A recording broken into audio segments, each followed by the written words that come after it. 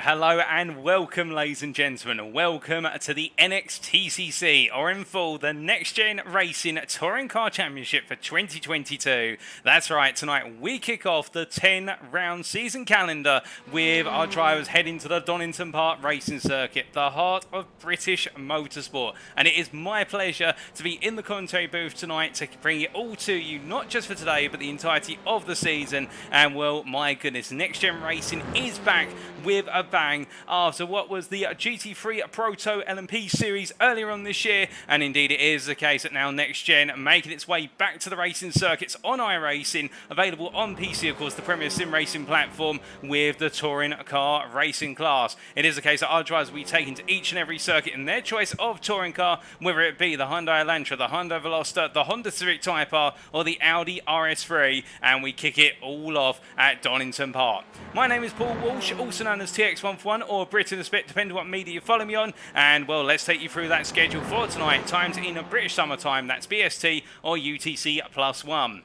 In just under 19 minutes time, we'll begin underway with the first qualifying session of the season. That'll be at 8 o'clock this evening, a 15-minute session to determine our grid order for the purposes of race number 1. Now, that's a good point in terms of the races. How are the races divvied up across the rounds? Well, it is the case we do have 3 races per round, so 30 races over the course of the season, and we have on each and every round 3 sprint races. So it will be the case that we'll have our very first race of the season straight after what is the qualifying session, and it does look as though their server times are just slightly out, but it is the case we can correct those and tell you that it is the situation whereby at 8:20 this evening we'll begin underway for the purposes of our first sprint race. It'll be a 20-minute race, all in no holds barred action from start to finish, and you can imagine our drivers will be absolutely at fever pitch, looking to do their very best in order to get the best possible finishing position.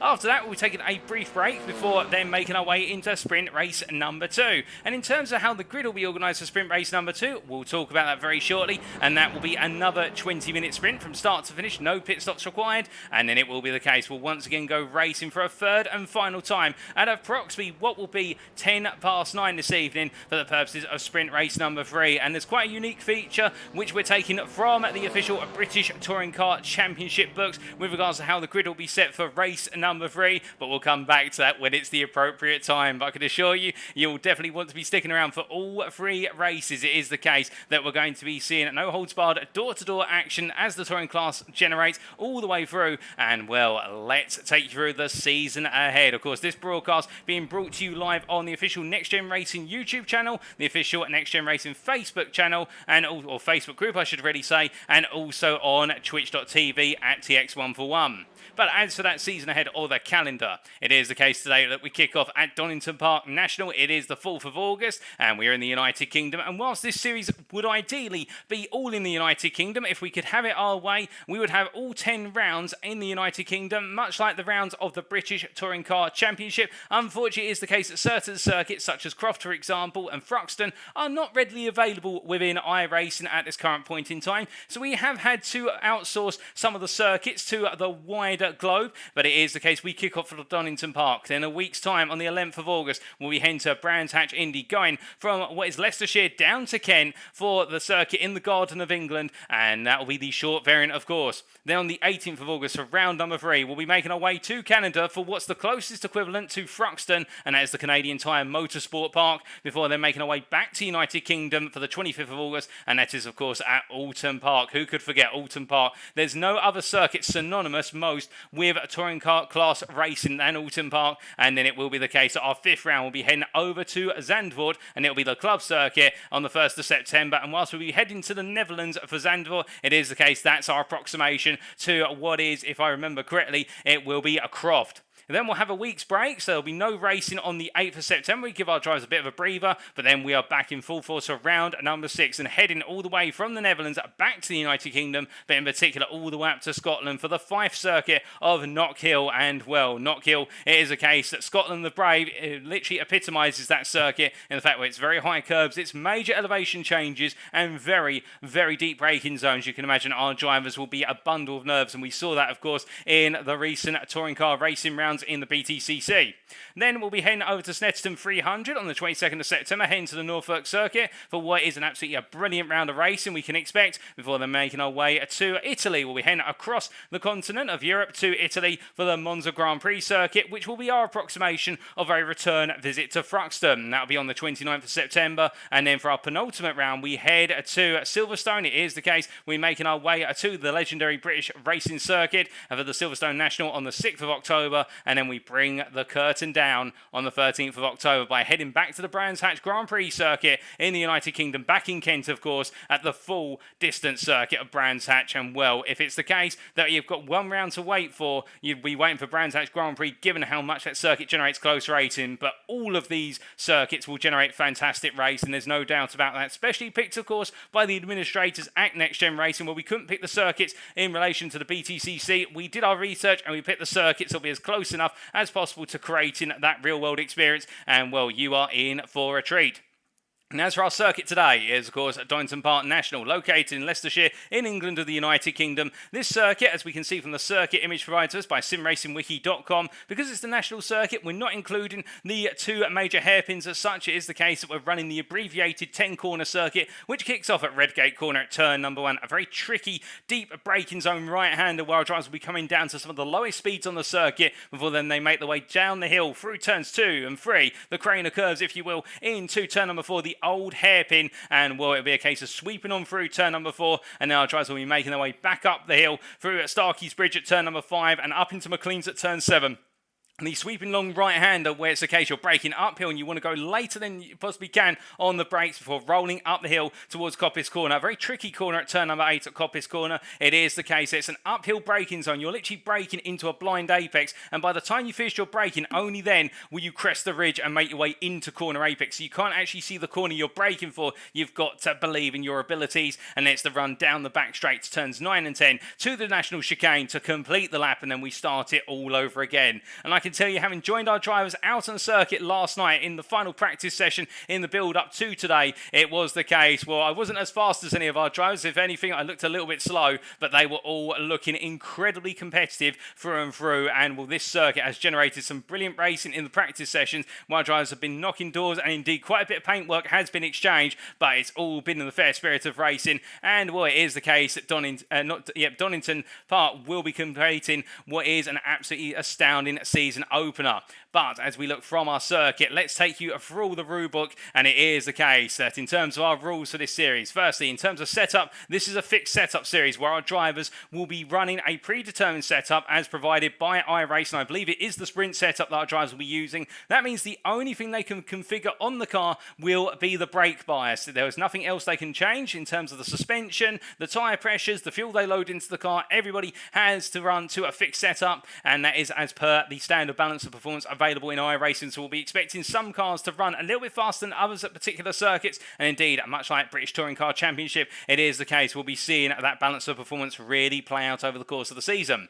In general, drivers shall be assigned their classes from round number 2 onwards. It is the case that we are going to have in this championship a pro class, that's our most professional class, of course, and we'll be seeing some returning faces such as Jamie Dorey and also Mikey Doble. Indeed, Mikey Doble, not just a sim racer, but also a rising star in the world of real-world racing Racing, racing in the Ginettas, and also, of course, the BMW Cup Series in the United Kingdom. But it is the case we'll also have our Pro-Am class, where we'll be seeing some rookies take part, such as Mark Sykes, for example, and they'll be looking to try and do their utmost. I do believe we also have David Whitehouse getting into the mix. Also, keep in mind, as well as Pro and Pro-Ams, we will be seeing some real-world racers within Touring Car themselves taken to the circuit, and they'll be assigned to these classes depending on their pace. And I do believe that tonight, in particular, we do have one Michael Crees taken to the circuit, so keep your eyes open for him. It is the case he'll be running around in a Honda Civic Type R, and our driver classes shall be finalised after round number 3. It is the case that our drivers will be essentially racing as hard as possible, and it is the case we finalise our classes after round 3 to make sure that we don't end up seeing a professional put into the Pro-Am class, because it wouldn't be appropriate for a pro to be in Pro-Am and run away with the standings. Indeed, that's why we do wait until after round 3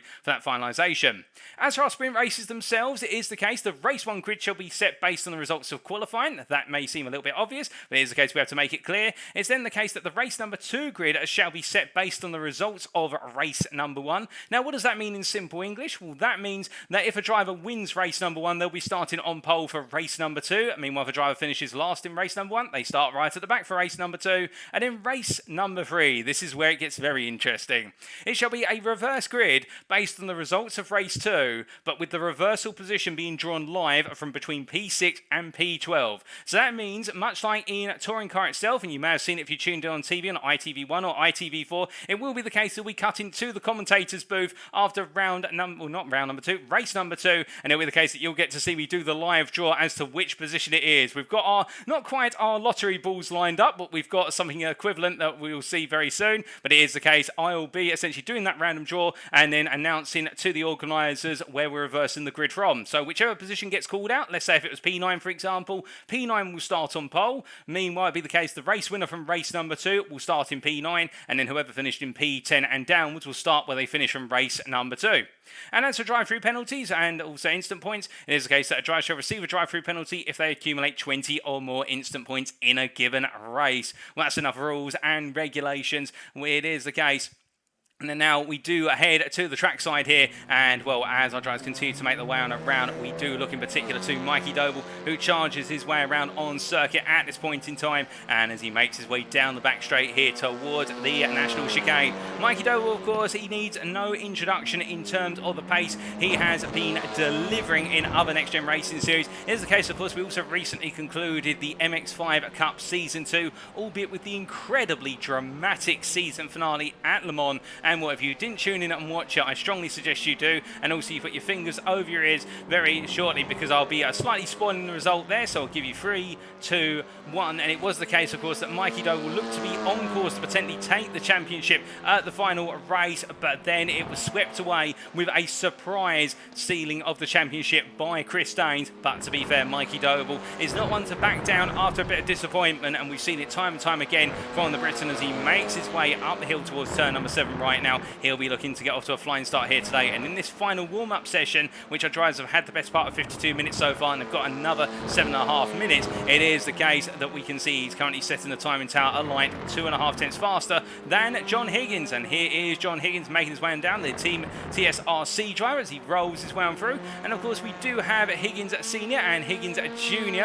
And if I remember correctly, John Higgins, so it is the case our driver currently in P8, he is John Higgins Senior. We might have to try and find a way to denote that. Whereas the Team TSRC driver you see here, actually representing HSR Racing, I think we'll have our announcements on the teams as of round 2 onwards. So it may be the case that some of our team names are incorrect or not showing today. That is because the teams are still being finalised, and that's the purpose of the season opener, to finalise all those details. As we do see here, Higgins making his way into turn number 1.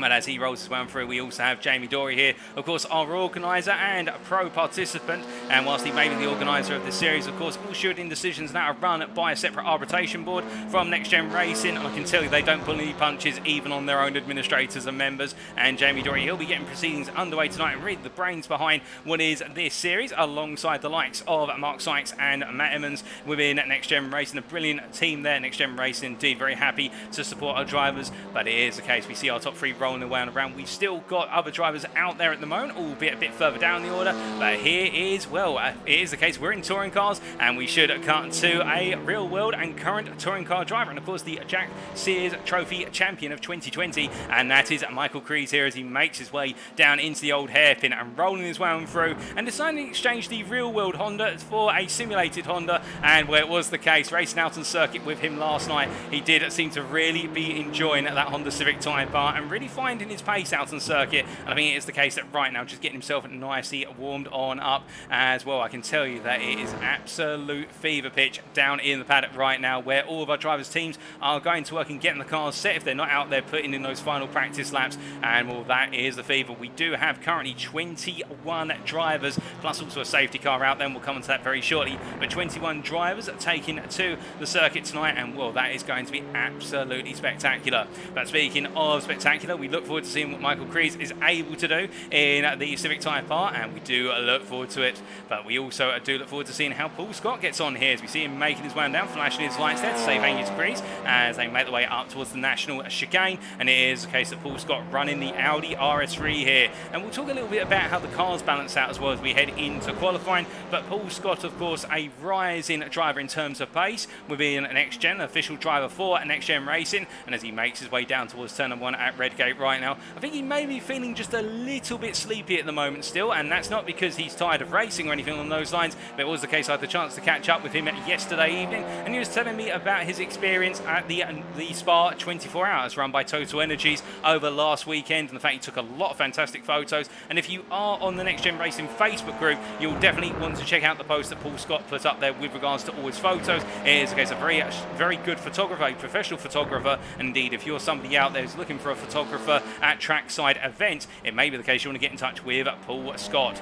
But I can tell you he didn't pay me to say that, but I'm just giving him credit where it's due for his fantastic photos. And then we do look over, of course, to David Whitehouse here as he rolls his way down into turn number 1. And well, running, now that's a classic throwback livery there. If anybody remembers the Renault Megans of old, and of course being driven by drivers such as Alan Menu, and also I do believe Jason Plato did run for the Renault team at one point. It is the case that, well, Whitehouse bringing back a classic livery, albeit it's not quite on a Renault. It's gone from being on a French car to a South Korean car in the form of the Hyundai Elantra, but it fits very well. And indeed we do have full force of liveries coming on out here, where a lot of our drivers are running throwback liveries to the classics or the super era, if you will, of touring car that ran in the 90s. And some would argue that was the best era, some would argue it was one of the best, and some would argue current touring car is the best era with the introduction of hybrid. And whilst we're not going to get into that debate at the moment, but it is the case, we do see a classic livery here, and I don't think we've got anybody running around in any of the classic Volvo S70 liveries, although I was hoping to perhaps see one or two of those.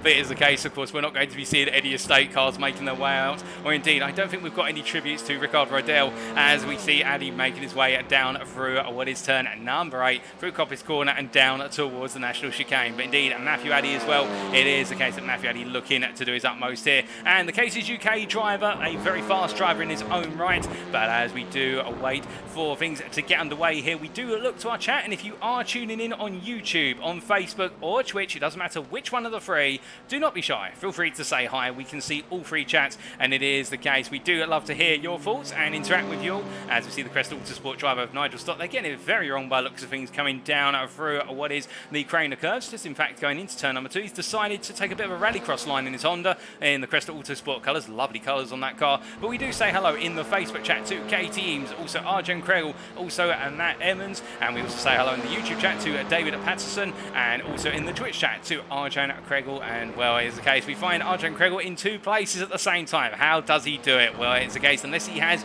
a very evil or very good evil twin brother, it's one of those situations whereby I think Kregel doing a bit of media hopping. But it's good to see you, Kregel. Indeed, good to see all of you tuning in tonight, and it is the case that we will be getting underway in 2 minutes time. Now, as we do continue to wait here, we do see Colin Martin, the SVP MR driver, rolling his way on through right now. And Colin Martin we have not seen in a long time in the Next Gen series. It is the case he's had a lot of personal items to attend to, but I'm really happy to be seeing Colin Martin take his way out to the circuit in what is the Audi RS3 here. In the fact, a very good driver. He did race in the pro classes of the Next Gen Racing GT3 series and iRacing in Season 1 and also in Season 2. And it was the case he had to retire midway through Season 2, if my memory serves me correctly. correctly, and that's where he had to take care of personal circumstances. But as he makes his way right now down towards turn number 1, it is the case that he's back in full force, and we're very, very happy to see Colin Martin here. And can the Briton get off to a great start here today? We will soon see. There's no doubt about that as our drivers come charging on down and around the circuit. But we've also got Tom Delaney here, and a number of these names, of course, will be regular names you're aware of, as we see the SVP Motorsport driver here rolling his way up through turn number 1. And as he comes on down, it is the case that Delaney as well will be looking to do very well here, particularly given the fact the results didn't quite go his way in the last Next Gen Series he participated in. And I believe that was back in the Proto LMP GT3 Series. He gets it very wrong. They're taking a bit of grass into the old hairpin. It's very easy to make that mistake. And, well, it is the case when we ride on board for some of our flying laps, you'll get a feel of exactly how wide the circuit is. Because Donington Park from these cameras looks very wide, but it is the case it's not as wide as it appears. And indeed, our drivers will be doing a lot of apex cutting around here in order to try and maximise the lap times. But of course they do have to worry about the fact that if they do some corner cutting here and they do happen to cut a bit too much, they will be subject to an iRacing slowdown, where essentially iRacing will tell our drivers, you've been a naughty boy, you've cut the track limits, you need to slow down and give the time back. But it is the case, of course, the slowdown equates to a bit more time than what you gained being given back. If you gained any time at all, there are some odd ones out there, which of course the iRacing developers are always trying to fix,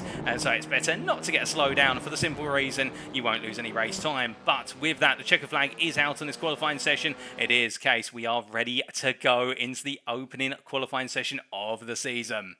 Well, as we do get the update, there is the case our time tower is clear. Now we wait for all of our drivers to make their way out of the pit lane. We see Jamie Dury there in the lead pit box making his way on out. He'll be the very first driver to take to the circuit. And in terms of the not the Alton Park, goodness me, I keep thinking Alton Park in my head for some reason. I've got touring car in the brain. But thinking of the Donington Park circuit, it is the case the circuit does lend itself to very close racing, and we are expecting a lot of our drivers to try and get a little bit of a benefit in the toe, particularly towards the end of the lap, after they make their way through Coppice Corner and down the back straight to the National Chicane. But really around here, it's about getting into a rhythm and hooking up the lap after lap in terms of the race, and also in qualifying. Because remember, our drivers are not allowed to adjust the fuel in the cars. They are allowed to put a new set of tyres on the car, however. And what that effectively means is that the more time you spend out of circuit in qualifying, the lighter the car will be, and therefore with less fuel in the car, you can gain a little bit more in the straights, and particularly in those acceleration zones. And that's where you'll start to gain that lap time. So as a result, I expect the lap times to continue to tumble as the session goes on. As we see Jamie Dury here making his way out of what is Coppice and down towards the National Chicane. He gets ready to go into what is the chicane and onto his first flying lap. So we ride on board here with Jamie Dury as he takes us around for the first flying lap of the season. So rolling his way out of the chicane and now making his way down towards turn number 1 here as he crosses that timeline. It is the case he'll be looking for his brake mark on the left-hand side, really looking for somewhere after the pit lane exit line. And there he goes, braking just as he crosses the threshold and rolling the car into Red Gate Corner. And as he brings it on out, coming on towards what is turn number 2, the downhill run through the Craner curves. Now bringing the car over to the right for turn 2 and letting the car stay to the right here before rolling into the middle of the road and heading down through 3 and getting ready to brake into the old hairpin down to 3rd gear here as he chucks the car into the apex and gets back on the throttle to stabilise the car before now heading under Starkey's and on towards what is McLean's through turn number 5 into number 6 he goes completely flat out. And now as soon as he clears the corner, point the car in a straight line, slam on the anchors and come down to 3rd gear, trailing it through and then getting back on the throttle and corner exit and charging up the hill into Coppice, braking just before the crest, and that's why we call it a blind crest apex. He'll rolling the car through, went a little bit wide there, a bit of understeering the car with the tyre temperatures are not quite up yet, but as he makes his way now down the back straight,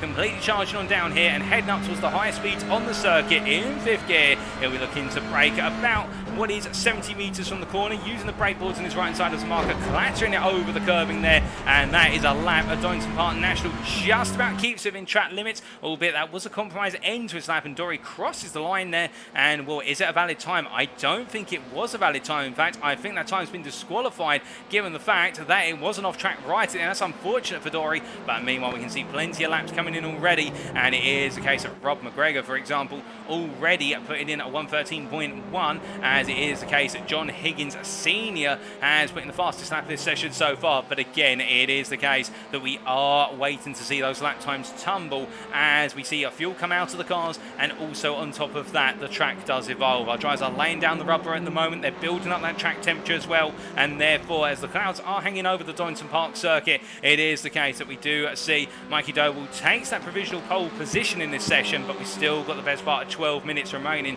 so it's far from over. But that is a sizable margin there from Doble, what is 7/10 of a second. But I think he may have been aided a little bit by the train of cars ahead of him getting a bit of a tow, as we see him making his way on around there, what is David Whitehouse in the classic throwback Renault livery. But as they make the way up the hill into turn number 7 again, it is the case we look back to what is Jamie Dory very shortly. In fact, here is Dory. He's going to set his first time of the session, and as he crosses the line, we went purple in the final sector here, and it's the case that he's only 200ths off of Doble, and there was quite a rivalry building between Doble and Dory, it must be said. In the practice session I was privy to yesterday, the two of them were really exchanging lap times, both trying to get a little bit over the other, and whether it was in the race, alternatively in qualifying, it was the case they were really pushing one another to the limit, and it shows because they are half a second clear of Rob McGregor in P3 at the moment. Now, whether it's the case that a lot of our drivers have just had aborted laps or compromised laps, we'll have to wait and find out. We do still have the best part of what is 7 drivers there have yet to set a time, as we see Adam Delmont jumps up to P3 on a 12.4,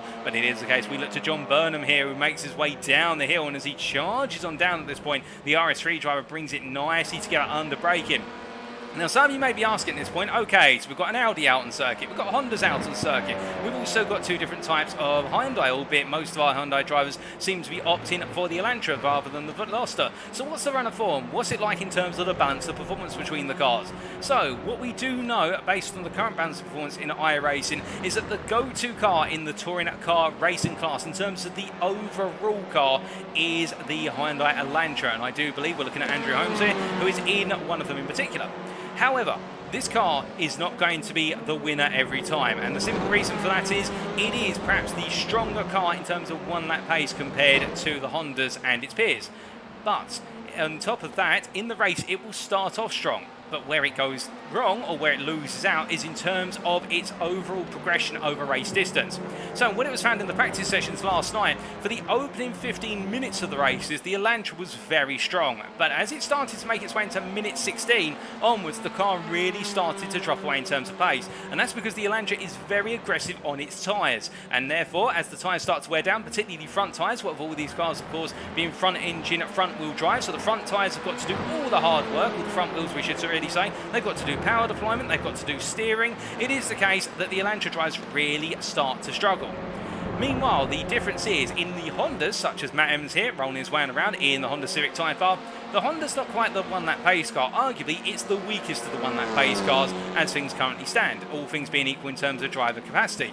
However, the Honda is very good. Firstly, it's got a very strong pair of brakes. It is the case the brakes on the Honda just cannot be beaten in terms of your ability to brake later than everybody else into a corner. But on top of that, this car has the longevity in the race. So when we get to about that 15-minute mark, or that 16-minute mark, whereas the Elantra drivers will start to feel the pain on their front tyres, the Honda will still feel very comfortable indeed. But the downside of the Honda is you have to make all the lap time up in the corners, because this car's gearbox is not as punchy as the Elantra. Alternatively, the Audi RS3. And speaking of Audis, well, here is one just ahead of Emmons, and that's being driven by Paul Scott. Now, the Audi arguably is the strongest car in terms of straight line speed capacity. It's got a very aggressive gearbox, but the problem with that gearbox as well is, and in fact as we jump on board here, you'll get a view of it. Look at the dashboard on what is the slightly bottom left hand side of your screen there as Paul Scott makes his way around. You'll notice he just went through what is McLean's corner in fourth gear, and as he rolls his way into Coppice, he'll be in fourth as well. The Audi is optimised for higher gears in terms of it accelerates very quickly up towards the top gear, and then it just deploys all of its power right at the top. That means in terms of gear shifts and drivers, the Audi drivers will be doing more gear shifts than anybody else out on circuit. And on circuits where it's very tight, twisty and technical, that's where we can expect the Audis to struggle. Not because they can't make it through the corners, but because they're constantly having to figure out which gear to be in for each corner apex. And every gear shift you do, it takes a bit more time. Now you may be asking at this point, well surely with these very fast semi-automatic gearboxes for our drivers, where they've got the paddles, it is the case that they'll be able to upshift very quickly. Well, that's true. But even with those semi-automatic gearboxes, it is the case that every gear shift does cost you a small sliver of time. We're not talking half a second or a whole second unlike a manual gearbox, but it is the case you still end up having to essentially lose a little bit of power for a brief period of time to change the gear, and that's why our Audi drivers will feel the pain of on the more twisty circuits, where it's the case they're constantly jumping around the gearbox. As we see, there is the case almost up into 6th gear. They're heading through turn number 6 for what is Paul Scott before making his way under braking into McLean's corner. So that's where the Audi drivers will have that difficulty, but if our Audi drivers can get it hooked up, expect the Audis to be very fast, and there's some circuits, particularly when we head to the Canadian Time Motorsports Park, where the Audi should be on real form compared to the other cars. Now, our last car for consideration is the Hyundai Veloster, and I don't think we actually have any Velosters out on circuit at the moment, unfortunately, which means we may not be able to give you a perspective of what a Veloster looks like, although some of you may say, well, I know what a Veloster looks like, Paul. I don't need guidance on that. But for the uninitiated, what you'll see with regards to the Velosters, it is the case. In fact, Mark Sykes is running the Veloster, so we do have one on the screen. You'll notice here it's very compact compared to the Hyundai Elantra, but the Veloster is the new kid on the block in terms of it's the latest touring car racing class car to be added to iRacing. And the thing with this car is it's a good all-rounder. It has a little bit of everything, much like the Honda, albeit it could be argued, whereas the Honda has the longevity in the race, the Veloster sacrifices a little bit of that to have a bit better pace, particularly with regards to its speed on the straight. So therefore, it is the case that the Veloster and the Honda Civic Type Rs, we can imagine those cars will go very strongly as the race goes on. You can imagine they'll start creeping their way up the order if they've dropped down the order at the start, whereas the Elantra and also the Audi, it depends on the track, it'll be the case the Elantras and the Audi RS3s, they'll start off strong in the races. Indeed, in qualifying sessions, they will be very strong, whereas the case in the Audi, it'll be very hit or miss. And you can imagine that as the racing goes on, that's where we'll see the field really come back together. But that's how balance of performance works. Of course, it is the case that not all cars are balanced evenly in one particular aspect, and our drivers have to work around the aspects of their car in terms of strengths and weaknesses versus their peers. But as it is the case, speaking of peers, Mark Sykes is sandwiched between two of his peers at the moment as he rolls his way through the right hand there at turn number 7, heading through McLean's. We are now only 5 minutes away from concluding this opening qualifying session, and right now it is Mikey Doble who currently sits at the top of the standings on a 1:11.293, 4.5 tenths clear of P2 driver Adam Delmont, who makes his way into the pits for a fresh set of tyres. We see a lot of smoke there in the pit lane from one of our Elantra drivers. I think it's the case they may have just cut the brakes a little bit too much or cut the tyres a bit too much as they made their way into the pits. I think that actually might be one of the members of the Higgins family, and then in P3 as it currently stands is Jamie Dory. That is your top 3 as the standings go, but we've still got plenty of time. We see Nigel Stock there crossing that timeline, and well, the Crystal Autosport driver has just gone up to P4 on a 1:11.952. An absolutely brilliant lap there from Nigel Stock, it has to be said, but you can see how the gulf between Doble's lap and the rest of the field right now, that is a huge goal. 4 tenths does not just naturally happen around here in terms you just pick up 4 tenths of a second. It is the case that, well, Mikey Doble has just found the lap time. I think he might have also found the perfect time to pick up the toe out there as well, but Doble was definitely looking for 11s in qualifying in his practice session, and it is the case he is finding them here today. But meanwhile, at the other end of the spectrum, we do have Jamie Jenkins here, and we do see the Audi driver making his way down the back straight, and for Jenkins it's looking okay so far. P18, albeit in a very competitive field, and I say it's looking okay because I don't think Jenkins can really be too upset in the fact that whilst he is P18, if you look from what is effectively P3, so from Jamie Dory all the way down to David Whitehouse, so from P3 to P21, the field is separated by less than a second. That's how close it is here, and that is why we absolutely love the touring car class. Indeed, all of our drivers absolutely chomping at the bit to go racing, because right now, this qualifying session, a driver can start out towards the front, but it is the case that with everybody really vying for pace here, at any moment it could toss and turn. You can imagine if we have even one slight incident at the start of the race, we could see somebody like Jenkins really come through the field very quickly, because again, it's the case, qualifying is a single lap, which translates into your grid position, but over the course of a 20-minute race, it can all go a different way. But as we do see Jenkins making his way out there through McLean's, it is the case we do look to John Burnham, and will very shortly ride on board with our Audi driver for another flying lap. As he makes his way there through the chicane, in fact understeers a little bit deep into the corner, he'll get on the throttle as soon as possible and charge up the gearbox across that timeline, and you can see there's dashboard telling him to shift almost at the red band as he makes his way down towards turn number 1, braking down from 5th gear here all the way down to third and rolling the car through, almost bouncing it off the limiter and immediately having to go up to fourth coming out of the corner. And that's what we're talking about with the gearbox here of the Audi, how aggressive it is as he makes his way down the hill through turns 2, 3 and in towards the old hairpin here, braking on down. It is the case that Burnham rolling the car through the right-hander before heading up towards turns 5 and 6, and as he goes through the double left, it is the case that Burnham right now looking to position the car while using the width of entry into turn number 6 to get a nice entry line into turn number 7 into McLean's, but he goes a little bit deep there, just a bit of understeer creeping, I think pushing it a bit too hard in terms of his braking point, and now going up towards Coppice Corner here in 5th gear, snapping it down to 4th gear, and you can see, well, he's just so low in 4th gear, but he can't go down to 3rd because the car won't let him downshift or it'll be right on the rev limiter.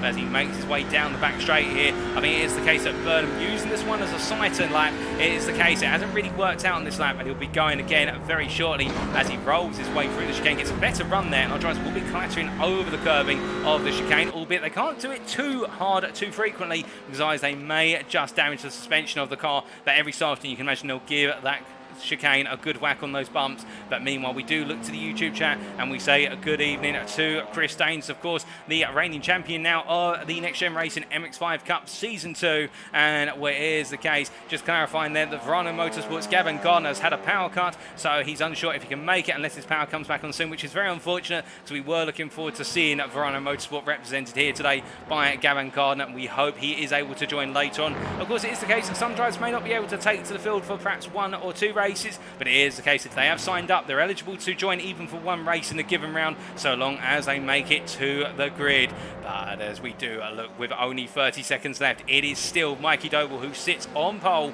with a 4 tenths of a second advantage on Jamie Dory, as we do see him making his way down here and setting up one last lap, albeit he was purple in sector 1, so there is still time out there, and that sector 1 was a 20.63, so it is the case that Doble knows there's more to do out there on the circuit, and as he crosses that timing line this time around, he doesn't quite improve. He matches pretty much his pole time at the moment, and well, where is Jamie Dory as that checker flag is out?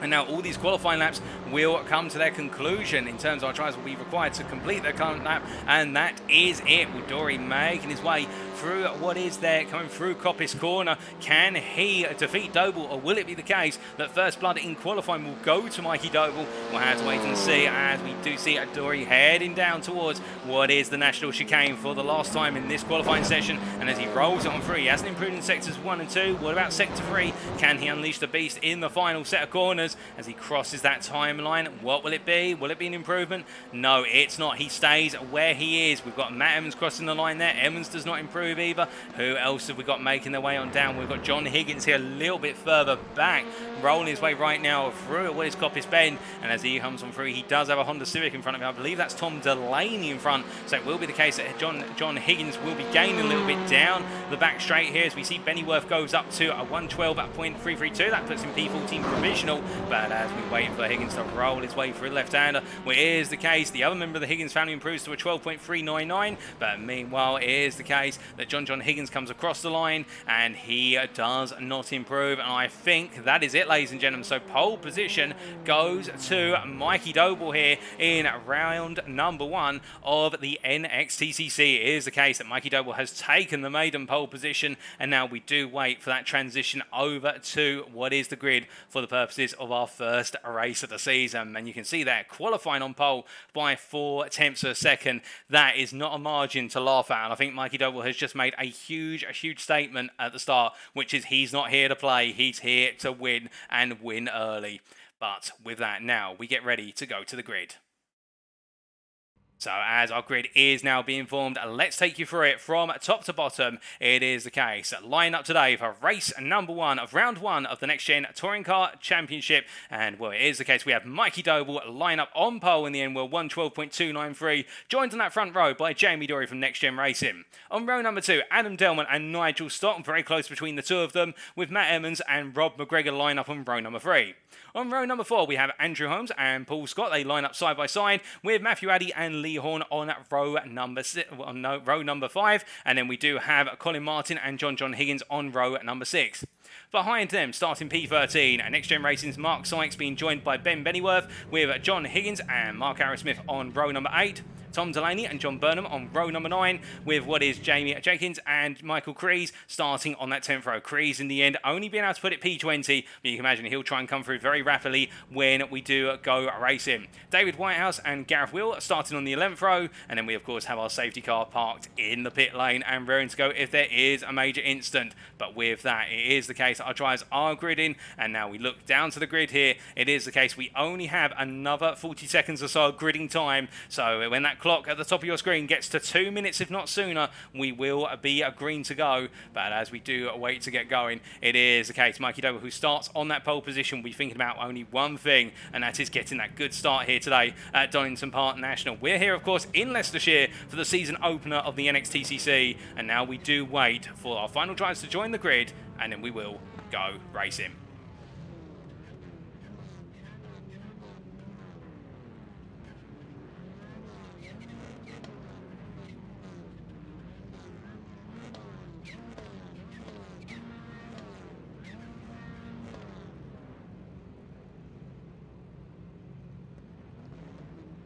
So as we look down to the grid, then it's a standing start as always, and here come the lights.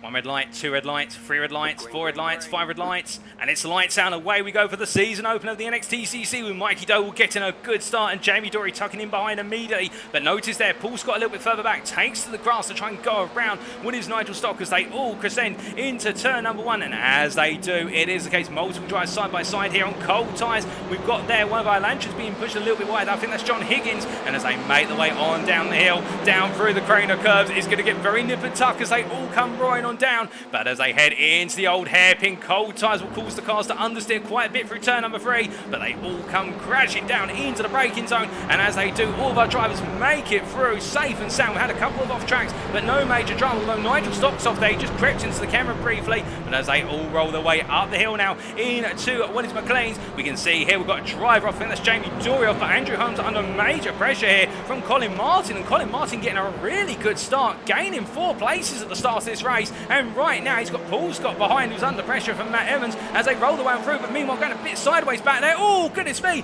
and that is Mark Arrowsmith turned sideways across what is Coppice Corner. But as we look from him to our race leader, it is the case that after 1 lap we do have Mikey Doble leading as they head across that timeline. So after the opening lap, it is Mikey Doble who leads by 1 second ahead of Adam Delmont, behind Matt Evans in P3, followed by Rob McGregor P4, and oh goodness me, if we got 4-5 wide there in the rear of the picture, and that's Jamie Dory and also Andrew Holmes both having a slowdown, but Colin Martin there in P5 with Paul Scott battling side by side with what is John Higgins. Oh goodness me, there's a whack there to Paul Scott as Higgins tries to bring the car back to the circuit, getting it pointed on the straight now, and Paul Scott is sent wide, but here's the case, he'll drop down the order there as now Ben Bennyworth gains the places that are lost, but as they come down into the braking zone for the old hairpin for the second time of asking, in this case Ben Bennyworth has gained 5 places, but look behind here ladies and gentlemen, having gained 10 places at the start of this race. We didn't have a good qualifying session, but he's definitely sent it going into the race. Michael Crees up to P10 from P20, but meanwhile ahead we can see here it's the case of Colin Martin under major pressure from John Higgins behind as we ride on board here with Colin Martin as he heads up into turn number 8, and as he does he rolls the car through here, and right now chasing after what is John Higgins in front of him, and as they come charging on down towards turn number 9, heading down in towards the national chicane here, where it's the case we can't quite see the drivers behind him on camera, but he's got a lot of pressure on Colin Martin as he looks to go on the offensive, and you can see just a little bit further up the road then McGregor and Evans getting very up close and personal as well, as we do a look from the interior camera to the exterior cameras.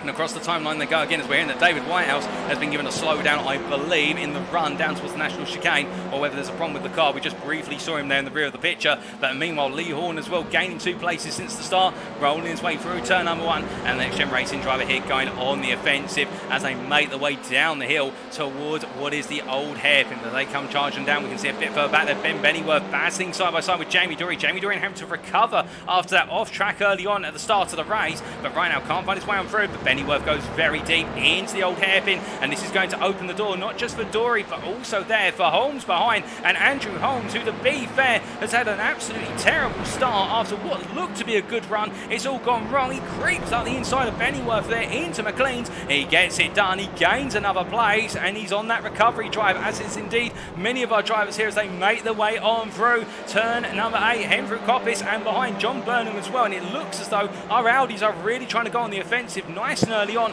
as they head down towards turn number 9. But we look here to Bennyworth, who continues to have to fight for position left, right and centre, and Holmes is up the inside here as they make their way through the chicane, but he has to back out. Bennyworth is made to go defensive as they head down towards turn number 1, and as they do, you can now see it is the case that we do have Crees here who's under a bit of pressure. In fact, what's happened to Jamie Dory? Jamie Dory's just completely slowed down. Well, it's the case that Jamie Dory, they're getting an off track and having to pay the price for it. In this case that Michael Crees lives to fight another day in P9 as we do look from them to a bit further down the order, and we see Nigel Stock here in amongst a number of drivers who have been involved in some opening lap incidents or off tracks, and well, he's battling with what is Gareth Wheel there, or Gaz Wheel as he's known, as we see KT Eames there cheering on Gaz Wheel, and it is a case that Wheel falling down the order a little bit at the moment, down to P19, but still gaining 3 places since the start, to be fair, and he's just got to keep his head down and keep on pushing. But as we do look from Wheel to up towards the front, Mikey Doble leading here, and leading quite comfortably, it must be said, as things currently stand. We're very shortly going to be taking a look back at what exactly happened to Matthew Addy, as it is the case that Matthew Addy was involved in quite the knockers, where to understand it, and actually had to jump to the pit. So we will find out very shortly what exactly happened to Addy. But as we do, it is the case we look a bit further back down the order here where the action's happening, and that is Holmes up the inside of Bennyworth there. At long last, I think Holmes has been waiting for some time to get that P10 off of Bennyworth, and he's finally got it. But meanwhile, with that pass being made, you can see now how it's the case that John Burnham finds himself looking to go on the offensive. He won't be able to at this time as they head through the right-hander here of turn number 1 through Red Gate Corner. Paul Scott, Jamie Dory and Mark Sykes all in that long train of cars as they roll the way down and around. And as they come charging on through, it is the case that right now, well, I think Jamie Dory under pressure from Mark Sykes, and whilst they are, of course, fellow compatriots at NXTGEN Racing, when they're out of the circuit, they're rivals just as much as they are friends. And as they come out of the old hairpin, no change between these guys at the moment, as it is the NXTGEN Racing train. As we've got a car that's Bennyworth, and Bennyworth losing the car almost. They're heading into turn 6, coming off the grass and back onto the asphalt. And as he makes his way through the right-hander, well, my goodness, now that was a save and a half as he's brought it back. And meanwhile, Paul Scott goes up the inside of Burnham as they roll their way through Coppis Corner, and as they head on down the back straight, well, it's the case that it's not just over those guys that the battling's happening, but also John Higgins here, you can see on the right in the Elantra in this pair, he's having to hold off Lee Horn, who's putting the pressure on by the dozen as they come charging out of the final corner. As they make their way down what is the start-finish straight, it is the case that Higgins under that pressure, really trying to box what is Lee Horn to the outside. Lee Horn, you can see there the Honda being the stronger of the two cars on the brakes as Higgins takes a bit too much apex curve. Oh goodness, and Lee Horn is given a brief knock-off circuit, and I think Lee Horn won't be too happy with that, but it is the case there. Lee Horn, where he was on the outside, it was only going to go one of two ways. He'd either have to back out, and there might have been a little bit of contact. I'm not saying he was in the wrong, but in the end it is the case that Lee Horn has not had it work out for him. Meanwhile, Ben Bennyworth here going on the offensive versus Michael Crees as they make the way out to the old hairpin. And can Bennyworth find his way past Crees, where he's looking strong for it at the moment as they make the way up the hill and in towards what is turn number 7. And we can see Crees, they're getting a little bit of oversteer under brake, and the car just slightly snapping on him as they roll their way on through. But as they head up the hill now into turn number 8, it is the case that Bennyworth doing his utmost to put the pressure on Crees, but Crees, of course, no stranger to pressure, racing around Donington Park as they make the way down towards turn number 9. But as they do, we look back here and we've got a car off, and that, I believe, oh goodness me, Rob McGregor off, and we've also got an off for what is, I believe, Lee Horn. Well, no, not Lee Horn, my apologies. It does seem as though a couple of, well, I think Lee Horn's also had a bit of a moment. He has indeed, in fact, we have it confirmed, and we will take a look back at exactly what's happened very shortly. But before we do, and indeed there's so much racing actually going on, we can't really look back at the moment. We see John Burnham here trying to look up the inside of both what is Delaney and Sykes puts himself in the middle in the Veloster. Meanwhile, it is the case that Tom Delaney goes battling, but he's caught up behind here as we ride on board with Delaney. And keep in mind, of course, he's got Burnham on his right. You can't see Burnham, but I can assure you there is a John Burnham there as they make their way down the hill into the braking zone. You can see Burnham right there, goodness me, just appearing out of nowhere. A bit of contact between Delaney and Burnham, a bit of a bump on the bumper as they make their way through, and too wide here as they head up towards what is McLean's corner now. Who's going to back out on the brakes? Well, I think Delaney is going to have to really send it if he wants it, but Burnham leaves the door open,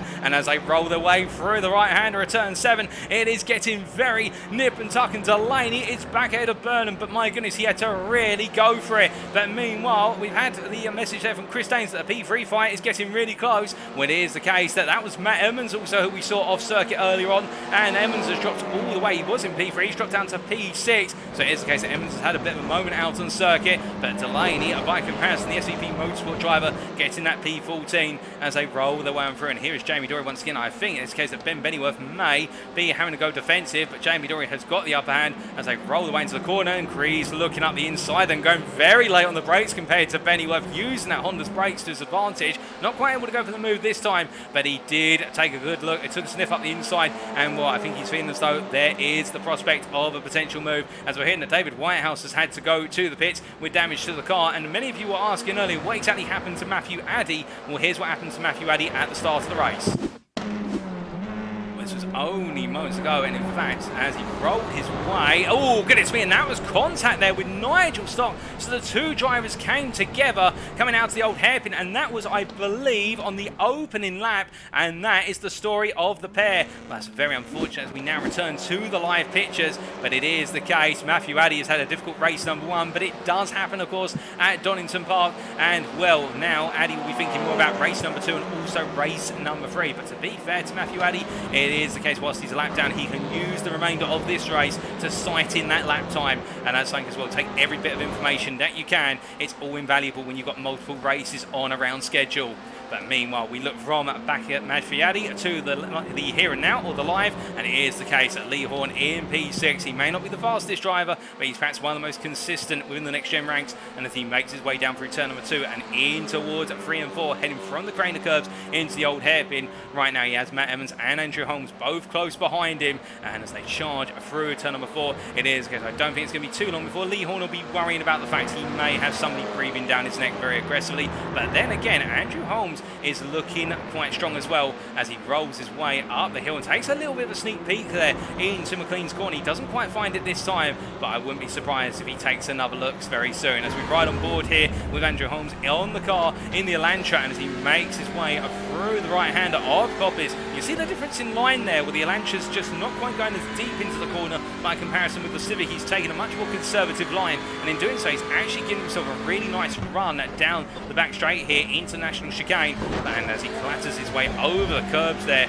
and here's the case, of course, the Elantra and also the Audis can really take those curbs. The Honda can take some of the raised curbs, but not the really high curbs by comparison. So imagine that Not Kill the Honda's going to struggle by comparison. But here at Donington, the curbs are okay for all the cars involved. As we see Holmes, they're really taking plenty of apex curving, not able to find a way on through.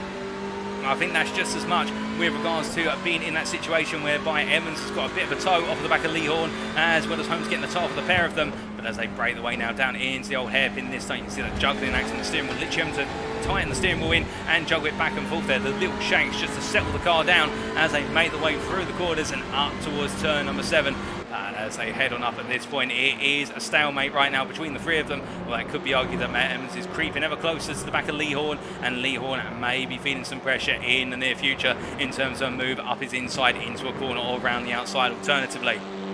But with 12 minutes of the race complete and 8 still to go, let's take you through that top 10 order as it currently stands. And it is Mikey Doble who currently leads by what is almost 6 seconds now ahead of Adam Delmont. Mikey Doble really just running away since the start, and Adam Delmont kept it clear of trouble and is now in P2, and he is 5 seconds ahead of what is here John Higgins, as we see in the team TSRC HSR driver rolling his way into turn number 1, with Colin Martin starting to fall backwards a little bit towards John Higgins, and that's of course John Higgins Senior behind, as the two drivers make their way through turn number 1, and there is Higgins Senior as they roll their way through the corner, and then as they head into the Craner curves, we have P6 through to P8 here, as being led by Lee Horn, the NXTGEN Racing driver, being chased by Matt Evans from NXTGEN Racing, and also Andrew Holmes. And then we'll skip over Andrew Holmes there. Our cameraman getting a little bit too eager to jump to Jamie Dory, but it is the case that Andrew Holmes in P8. And well, speaking of moves, there's the potential move from Matt Evans coming through Starkeys, and as they head up through turn number 6, he's going to try and go all the way round the outside. Will he be able to do it? That's the question. Well, it is the case that Evans trying to go all the way round, but it hasn't worked out, and this is where Andrew Holmes will see the opportunity. He's going to look for the move, and Holmes goes for it here, and that's going to be a drag race out of Coppice down the back straight towards the chicane, but that Hyundai should just have the leg advantage over the Honda. But to be fair, I think Evans had the better run out the corner, being on that outside line, but Holmes is not going to give this up. Look how late he's gone on the brakes, and as they roll away through too wide through the chicane, and Evans takes a bit too much apex curb at turn number 10. It unsettles the car, and Jamie Dory now is going to try and pick up the scraps of the pair of them. He takes one place of a Matt Evans. Now can he gain a second there as he looks up the inside into Red Gate corner at turn number 1? He can't. He has to stay behind, but there's been a swap for P8, and it is the case that Jamie Dory has gone from P9 to P8, and conversely Evans now is running in P9. And then to complete the top 10, Ben Bennyworth here, our second Audi driver in the top 10, and it is the case that he's trying to get back into that battle for P7, but he's not close enough at the moment. And then in P11 we have Paul Scott,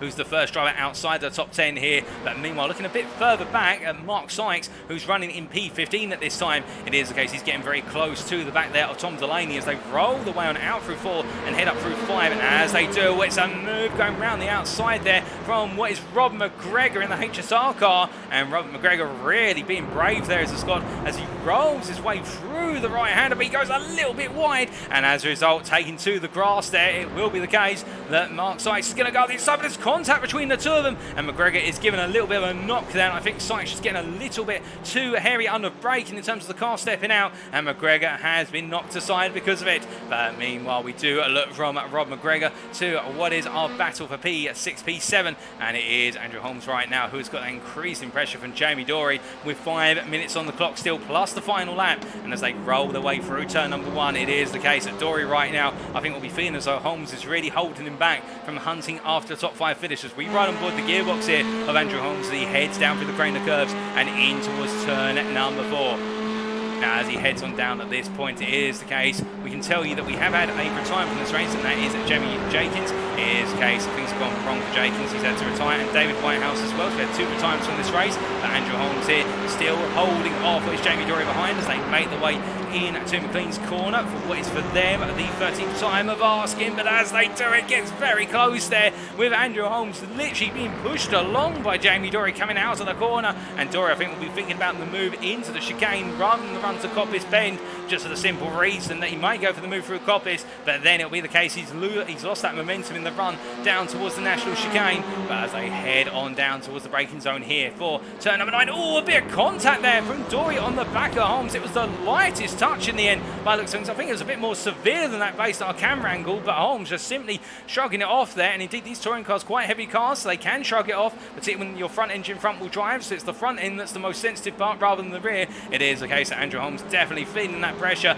Meanwhile, a bit further back we have John Burnham here, who's got Michael Crees. I think Crees are going a little bit slow. He may have a slow down the agenda there, Michael Crees. He's just dropped 2 places from P12, so John Burnham has come on through. But as they make their way down the hill now through the Craner curves once again here, in this case that John Burnham definitely trying to chase after Paul Scott, but his lap times are looking as though, if anything, he'll be still having to hold off Delaney and Crees. But Crees lurking up the inside. It's the old hairpin of nice move there, bit of contact between the two of them, but Crees definitely would argue that he had that apex line, and I think Delaney there just being caught a little bit unsighted in the fact that Crees went for the move. But to be fair, legitimate move, and the old hairpin does open up the door to moves like that, where you send it up the inside and get the car to the apex. But meanwhile, Nigel Stock now will be thinking about how he can get ahead of Tom Delaney, who has dropped down to P14, and Stock in this P15 position with a pace to be in the top 10. We must not forget that. But after that contact with Matthew Addy on the opening lap, it all went wrong for Stock, and he's been having to recover since that incident.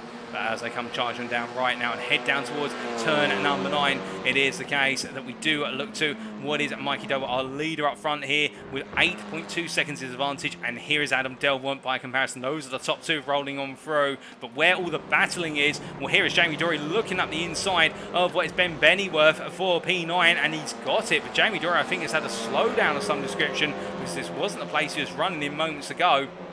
And in fact, I can confirm there was a slowdown for Jamie Dory, which has cost him. But as he rolls his way down through the old hairpin, Jamie Dory definitely picking up those off tracks and those slowdown penalties early on tonight. And I think just test out where the limits of the car are. As we say hello there to, what is it, Jochen Siegert, or Yo Winner 1408 in the YouTube chat, saying have a great race, guys. See you, and thank you for tuning in. Jochen, we really do appreciate it, and hope you're doing well, my friend. Indeed, Jochen, our much-loved German driver from the NXTGEN Racing GT3 series, and it's very good, of course. If you see him tune in, don't be shy, feel free to say hi to him. Lovely chap. But as we do look to another lovely chap out on circuit, and that is Nigel Stock here. Oh, goodness me, and Nigel Stock, well, there's nothing lovely about that. He's got his elbows out, and he's gone for the move on Delaney. But I think there was a bit more to it than that, with 2 minutes on the clock, and Stock has got a slowdown here by the looks of things. I think it might be the case he's been attributed with cutting the apex of Coppice way too much. But what exactly happened?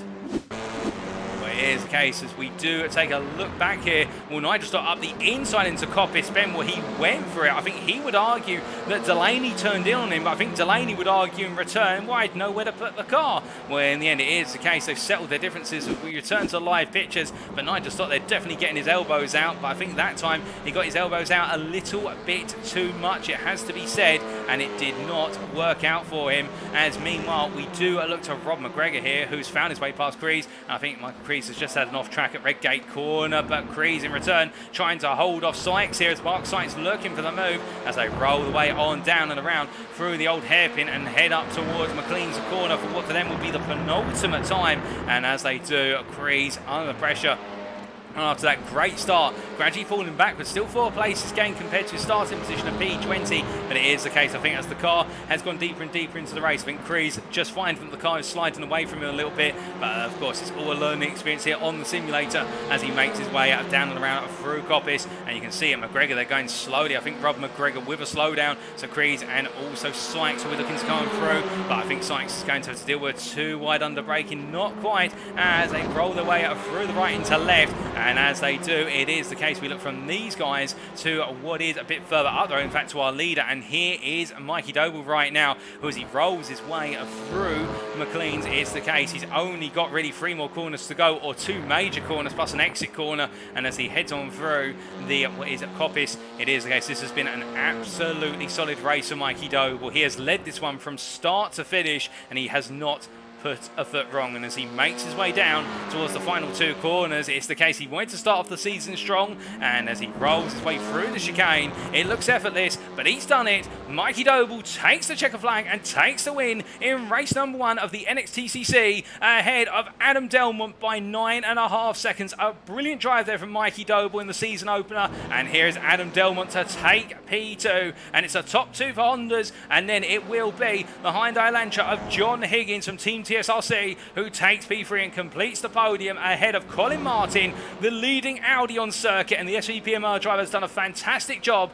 to take P4 ahead of John Higgins in P5. And then we have Lee Horn P6, Andrew Holmes held on to P7 in the end, Matt Evans P8, Jamie Dory at P9, Ben Bennyworth comes across the line P10, and then we've got Paul Scott P11, followed by John Burnham P12, and then behind Nigel Stock and Tom Delaney crossing line P13, P14, with Mark Sykes in P15, and then Rob McGregor, Michael Crees, and we've got Mark Arrowsmith there. All of our drives to finish on the lead lap, and well, here comes Gaz Will, or Gareth Wills, he's known him for. He did finish a lap down, so he's classified as P19, but it is, of course, the case he is a rookie, as I've been informed by K-Teams. He's very new to iRacing, and this is his first league. So on his debut, to bring the car on home for Will, that's still an achievement, and he should be given a little round of applause there, but it is the case as he rolls his way on through at Will in that P19, and then Matthew Addy coming home P20. Not his race to be, but it is the case 2 more races coming up, and there's still plenty of points out there for the Cases UK driver. But let's take you through those race results subject to any stewards' inquiries. So as the case, after our first race here today of round number 1 of the Next Gen Racing Touring Car Championship, it was Mikey Doble in the end who took the win by 9.5 seconds ahead of Adam Delmont in P2 and John Higgins completing the podium. Colin Martin in P4 ahead of John Higgins, with Lee Horn, Andrew Holmes, Matt Emmons, Jamie Dory and Ben Bennyworth completing that top 10, and that fight for P6 between Horn, Holmes, Emmons and Dory really built up to a boiling point, but in the end Lee Horn able to hold on to the finish. And then Paul Scott in P11, the first driver, I should say, to finish outside the top 10, and will be really fancying his chances when we go into race number 2 in short order. And John Burnham in P12 ahead of Nigel Stock, who, of course, with that incident with Matthew Addy, I think feeling as though there was plenty more out there and he'll need to show that in race 2 and race 3. Tom Delaney P14, a difficult opening race for Tom Delaney, knocked about a bit. Mark Sykes P15 in the end, a good drive for Mark Sykes. Ron McGregor P16, Michael Crees P17, Mark Harris Smith in P18, and then looking outside our top 18, Gaz Will, followed by Matthew Addy at P20, and then Jamie Jenkins and David Whitehouse P21, P22, both of them with retirements due to damage picked up in the opening stages of the race. But with that, ladies and gentlemen, that was race number 1, and it is the case. We will be back very shortly in approximately 2 to 3 minutes time for the build up to race number 2. Don't go anywhere, you won't want to miss it.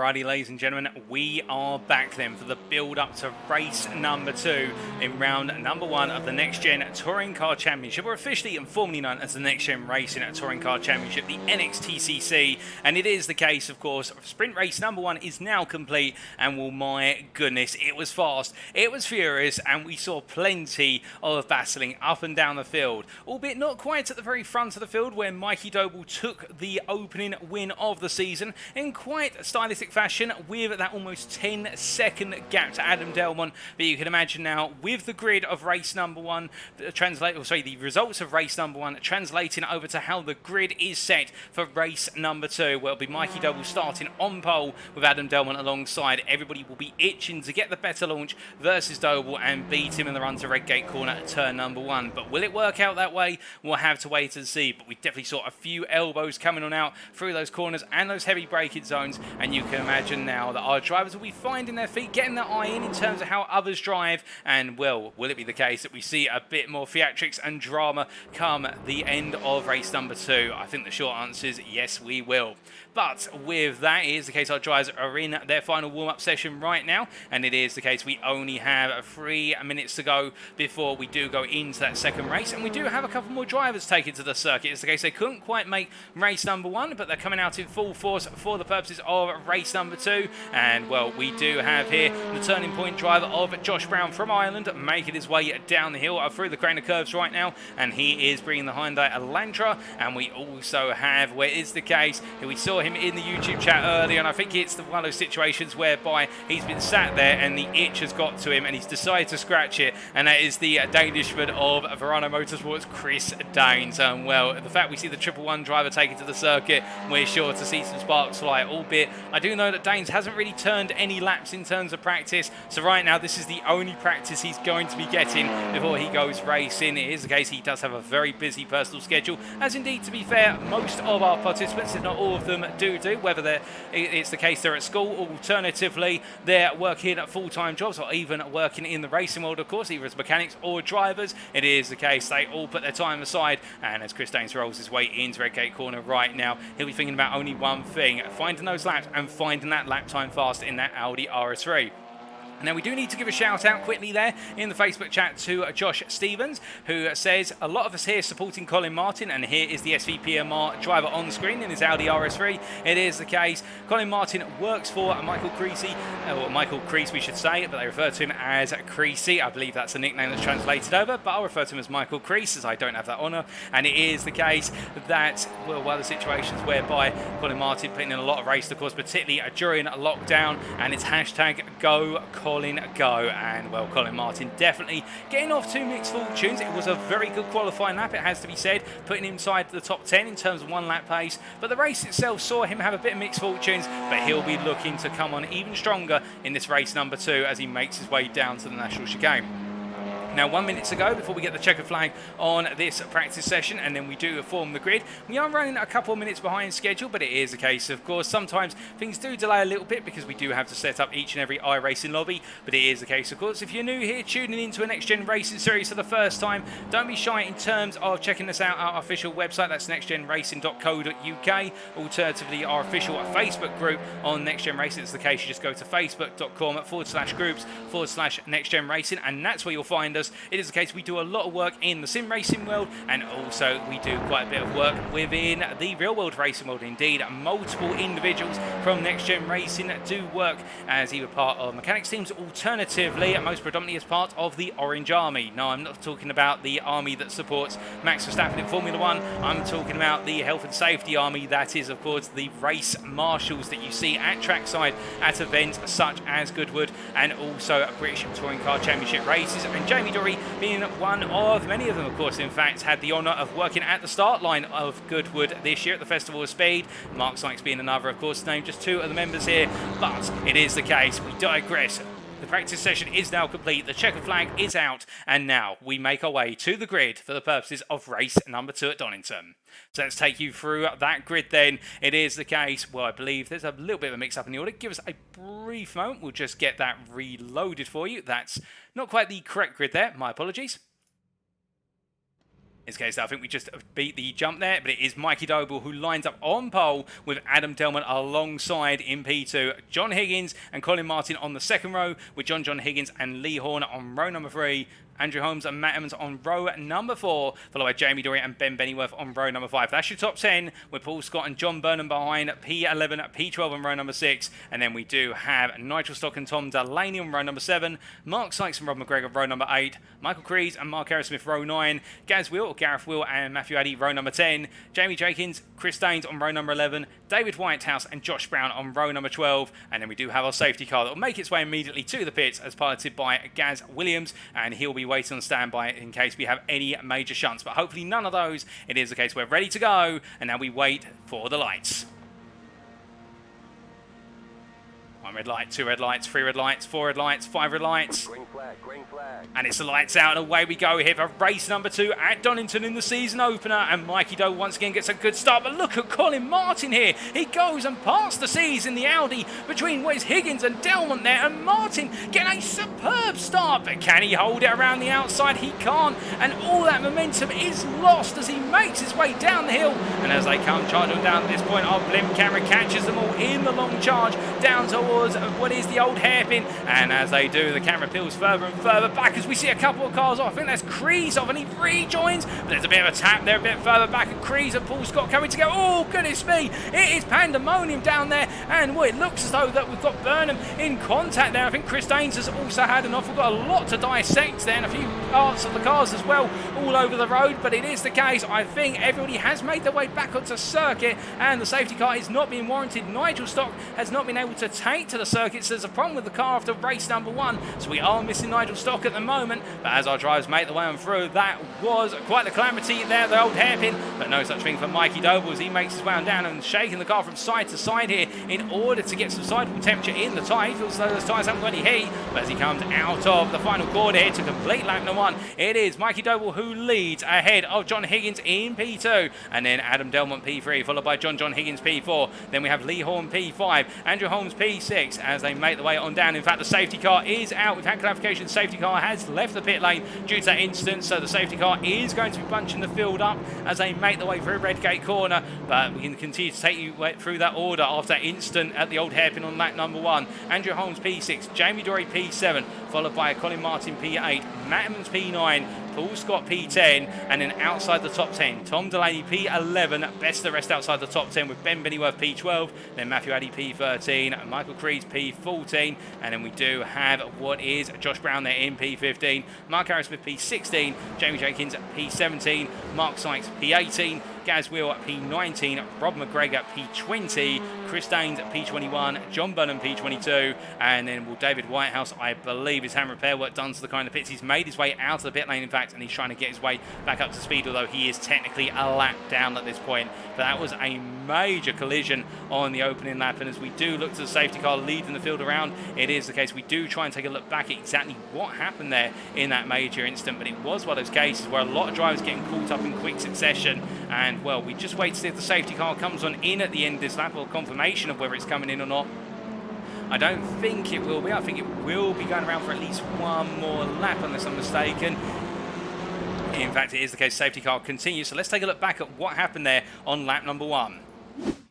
This was from Michael Crees' perspective, and as he made his way down the hill behind Mark Sykes, a bit of understeer there, saw him go onto the grass, and as he returned, that was contact with Mark Sykes. Now, there was other contact. Ben Bennyworth went earlier on. We also saw there, I believe that was John Burnham getting it wrong. We take a look at what happened to what was Colin Martin meanwhile, and in fact, this was Colin Martin a bit further up the road, and well, Colin Martin just simply running off track then behind. That's when you could see everything kicking off, where it was the case that Colin Martin didn't quite go to plan, and he fell backwards gradually. But what about our other drivers? We take a look at Matt Evans, who was involved in all of this, and right on board with Matt Evans was the case. There goes was Ben Bennyworth, and Evans here just running a little bit deep, so he wasn't involved in the major knock. We do have to go a bit further back than that to find out exactly who was involved where. What about Mark Aerosmith? Well, he was a bit more in the middle of this, and it was the case contact there with, I think, Rob McGregor. So that's why we saw Aerosmith, because he made a major shunt to the rear of Rob McGregor, who then, I think it may have collected what was Chris Danes. But goodness me, it was a bit of a disaster. And Jamie Jenkins in particular, well, he will have seen all of this from his perspective, and he got caught up in it, making contact with the back of Danes, who in turn actually made contact with the back there of what I believe was Matthew Addy. But that, I think, explains the story as we look back to our live pictures right now. And it is the case that the safety car peels on in, and Mikey Doble takes us away again. We get the restart, and Mikey Doble leads us away to what is lap number 4 as they charge down towards Redgate Corner once more. And as they come down here, Adam Delmont immediately looking to go on the offensive, as you can see behind there. Andrew Holmes being given the defensive message from Lee Horn. Lee Horn deciding not to give him any ground, as meanwhile Colin Martin now, I think, having to worry about Metimus jumping over the curb and almost taking him with him as they make their way down the hill. But meanwhile, Andrew Holmes here looking to go on the offensive versus Lee Horn. Lee Horn went defensive at Redgate Corner. It cost him momentum, but Holmes can't find his way on through as they come charging on through the old hairpin. And as they do, Adam Delmont here getting a lot of rhythm coming underneath Starkey's Bridge and heading up towards McLean's. And as they do, can Delmont hold around the outside to inside through 6 and 7? He can, and Adam Delmont finds that grip on that outside to inside run and moves up to P2. But now look at the concertina effect here, whereas he made the overtake, it's brought everybody together. And right on board the gearbox here, Delmont literally having a Lancia right up behind him as they come roaring them down this back straight. And as they head all the way down towards turn number 9, it is the case that Adam Delmont under major pressure here. And keep in mind, whilst it looks as though he's only got one car behind him, as we see the camera, oh my goodness, and that is Lee Horn. I think there's been a bit of contact there between Lee Horn and one of his co-competitors as they made their way through the chicane, or under braking into the chicane, but Lee Horn has lost out massively. Meanwhile, Colin Martin, well, it was the case he had a brilliant start that didn't quite work out perfectly, but it was a great start, and now he's under major pressure from what is Delaney behind, as we see Delaney there trying to get into the mix, and Delaney up to P9 after everything that's happened. Go for Delaney, it must be said, as they roll their way down the hill, and as they head up towards the old hairpin this time, it is the case the battles continue. There's no real calm before the storm. It is the case the storm is just constantly raging, and well, we look a bit further back here, and here's a move between what is Mark Sykes and Jamie Jenkins, and Sykes side by side here, but Jenkins is going to hold the inside under Starkeys and up into McLean's, but Sykes, oh, a bit of a contact there. But to be fair, these cars can go door to door, and Mark Sykes has to back out, but he gets a bit of a tap there from McGregor, and Sykes goes off circuit, as I think Rob McGregor knows what he's done and peels over to the right there. And as he does, I think it's to try and just cost himself a little bit of time. I think he'll be hoping that Mark Sykes catches up and he can give the place back as they roll the way through Coppice Corner. It won't stop him from being looked at by the stewards if Sykes supports it, but it is the case the stewards will look at it and think they did try to yield a little bit of time as they make their way down towards the chicane. But as they do, oh goodness me, Chris Danes there with a bit of tank slap but stamping on the brakes. And now you may be wondering, of course, why are we every so often seeing drivers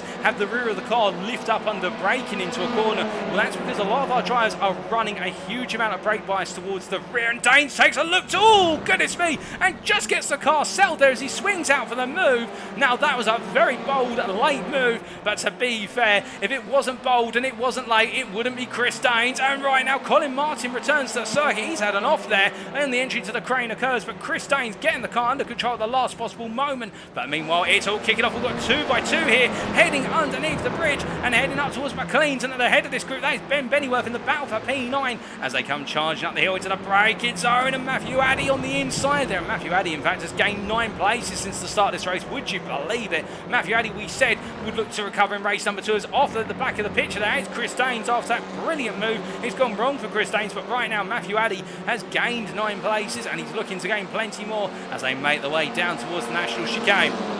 But as they come charging on down here into the braking zone, it is the case you can see Crees starting to get a little bit closer each and every corner. And well, it was the case we had to interrupt a fault. But if you're wondering why you're seeing a lot of these cars slide under braking, it's because they're running brake bias, which means these cars will now start to have a lot of rotation under braking into the corners, and that's why we're sometimes seeing the cars just jolt sideways under braking into these heavy braking zones, such as Redgate Corner at turn number 1. And that's exactly what you saw with Chris Danes when he went for that move. It was the case he didn't point the steering wheel 100% straight, which saw the car literally jackknife out, but in the end he was able to get it under control and made a superb move for position. But we continue to look here at the battle for P9, and Bennyworth under major pressure. But in fact, we look from this briefly because here is P2, and that's Adam Delmont, who gets a bit of a tap there from what is John Higgins behind, and Higgins is not waiting around. I think what Higgins is trying to say to Adam Delmont, if you don't get a move on, I'm going to find a way through you and go hunting after Doble. I don't want him to have all the camera time up front.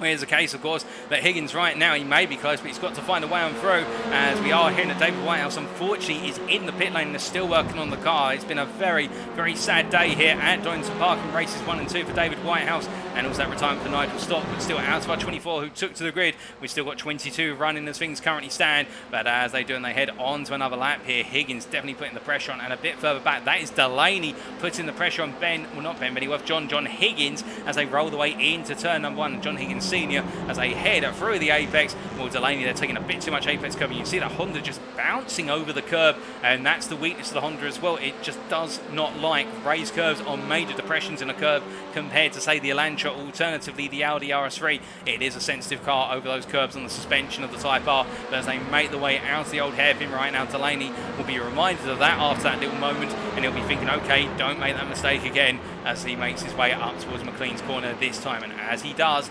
behind you can see here Lee Horn and also Matthew Addy chasing after Ben Bennyworth for P9, and Lee Horn really looking for that opportunity, but it's just not there. But a bit further back, meanwhile, we do have the long train here of what is Josh Brown under pressure from McGregor, and Brown in that P15 position. Oh, goodness me! And McGregor up his inside, then there's contact, and Brown has been sent pointing the wrong way. And well, I think McGregor will argue that he had the right to the inside line there. I think Brown's going to say, well, I couldn't see him when he went for it on the inside, and I think that might be one that Shood's going to investigate very carefully as well. Jamie Jenkins here now up to P16 after Brown's demise at Coppice Corner. It is the case, the Team ROL driver in what is the Audi there, having to hold off Mark Sykes Burnham and also Martin as they make their way down towards turn number 1. We're at the halfway point of the race, and as they head down into the braking zone this time, well, Mark Sykes definitely looking to make the move, but I think he's taken that little bit of a peek. It's cost himself a major opportunity in the fact that he's given himself a bit of understeer on the braking, and now he's going to lose momentum and lose a place to John Burnham here. And well, Burnham using that Audi straight line speed to his advantage as they head down through the crane of curves and into the old hairpin. He's going to be on the inside. That will cost him a bit of exit speed, but look at Colin Martin, who says, alrighty, John, if you open the door for me, I'll come through as well. Audi on Audi teamwork here, but I think Mark Sykes has got other ideas as they make the way under Starkeys and up towards McLean. It's going to be Martin on the inside. He just can't quite get the nose in there, and he has to wait his turn in terms of going for that move as they now head up towards turn number 8. But as they come charging on through, we see there in the YouTube chat Severin enjoying the commentary, indeed enjoying the racing and the broadcast. Thank you for the compliment there, Severin. But we do focus now back on the racing at hand, and it is the case that we look from towards the back of the field to towards the front of the field, and the battle for P2 continues here. Adam Dillman versus John Higgins, and we ride on board with John Higgins as he makes his way into Redgate.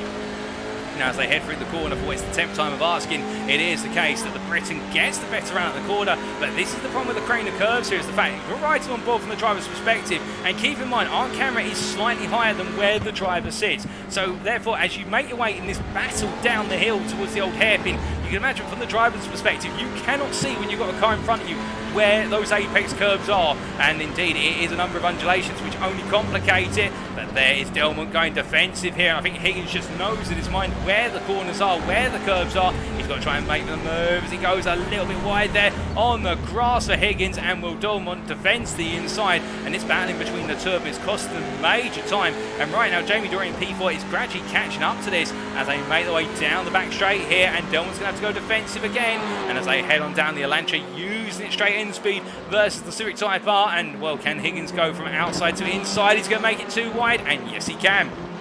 John Higgins moves up to P2 there in what was a very bold move, but to be fair, I think Adam Dillman obliged, given how much time they stripped out of one another. And you're probably thinking right now, is that Jamie Dory that close, given he was 2 seconds back only 3 corners ago?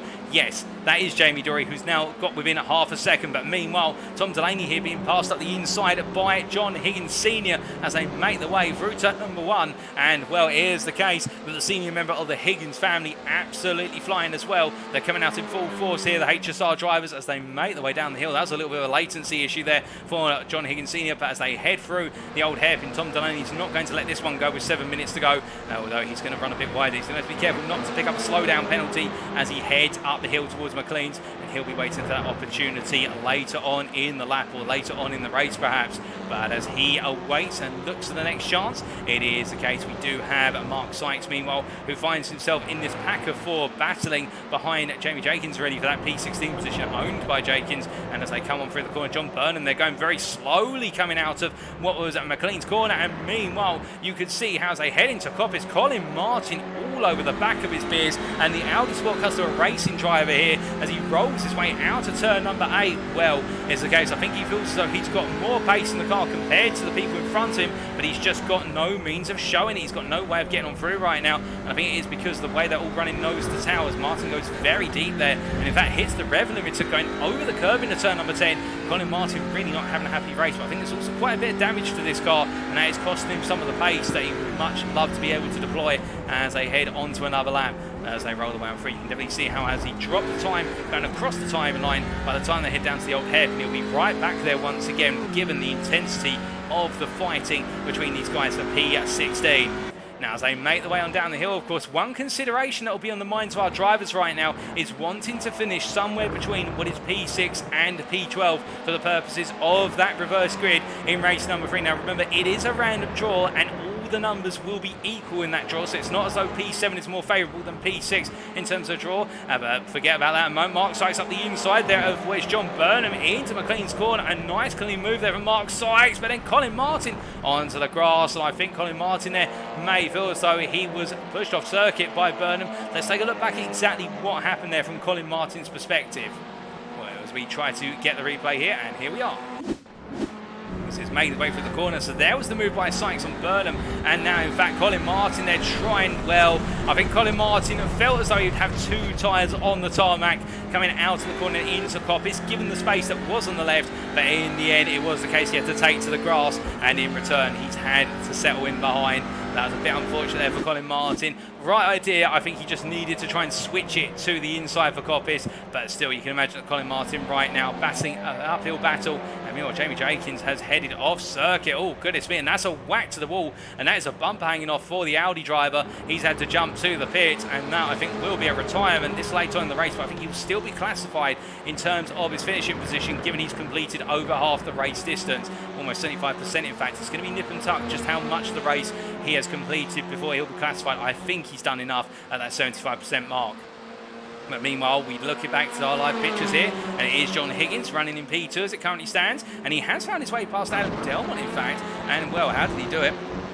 We saw it earlier in the fact that he did make the move on Delmont into this chicane. They went too wide, but now it is the case as they head down towards Redgate. Look who's right behind them there. That is Jamie Dory, and Andrew Holmes is only 1.5 seconds behind the group of 3. So right now they do have to be a little bit careful of the fact the more they battle, the more this will turn into a 4-way battle for the second spot on the podium. Mikey Doble, if you're wondering where he is, well, he's decided to disappear off up the road. You can actually see him there briefly in the camera shot as we went downhill through the Craner curves to the old hairpin. He's 7.6 seconds up the road from the battle for P2, so he's gone off into the distance, and now it's about battling for the rest of the spots on said podium. And Andrew Holmes here in that P5, we're looking to get in there very shortly, as meanwhile we look a bit further back in the battle for what is P10, and here's P11 driver Matthew Addy from the CasesUK.com team, who are chasing after what is Lee Horn, but right now Lee Horn under that pressure, and as they head through the right-hander of what is their turn number 7, heading through McLean's corner, no way through, and Lee Horn, a very strong defensive driver, as we see at Crees there,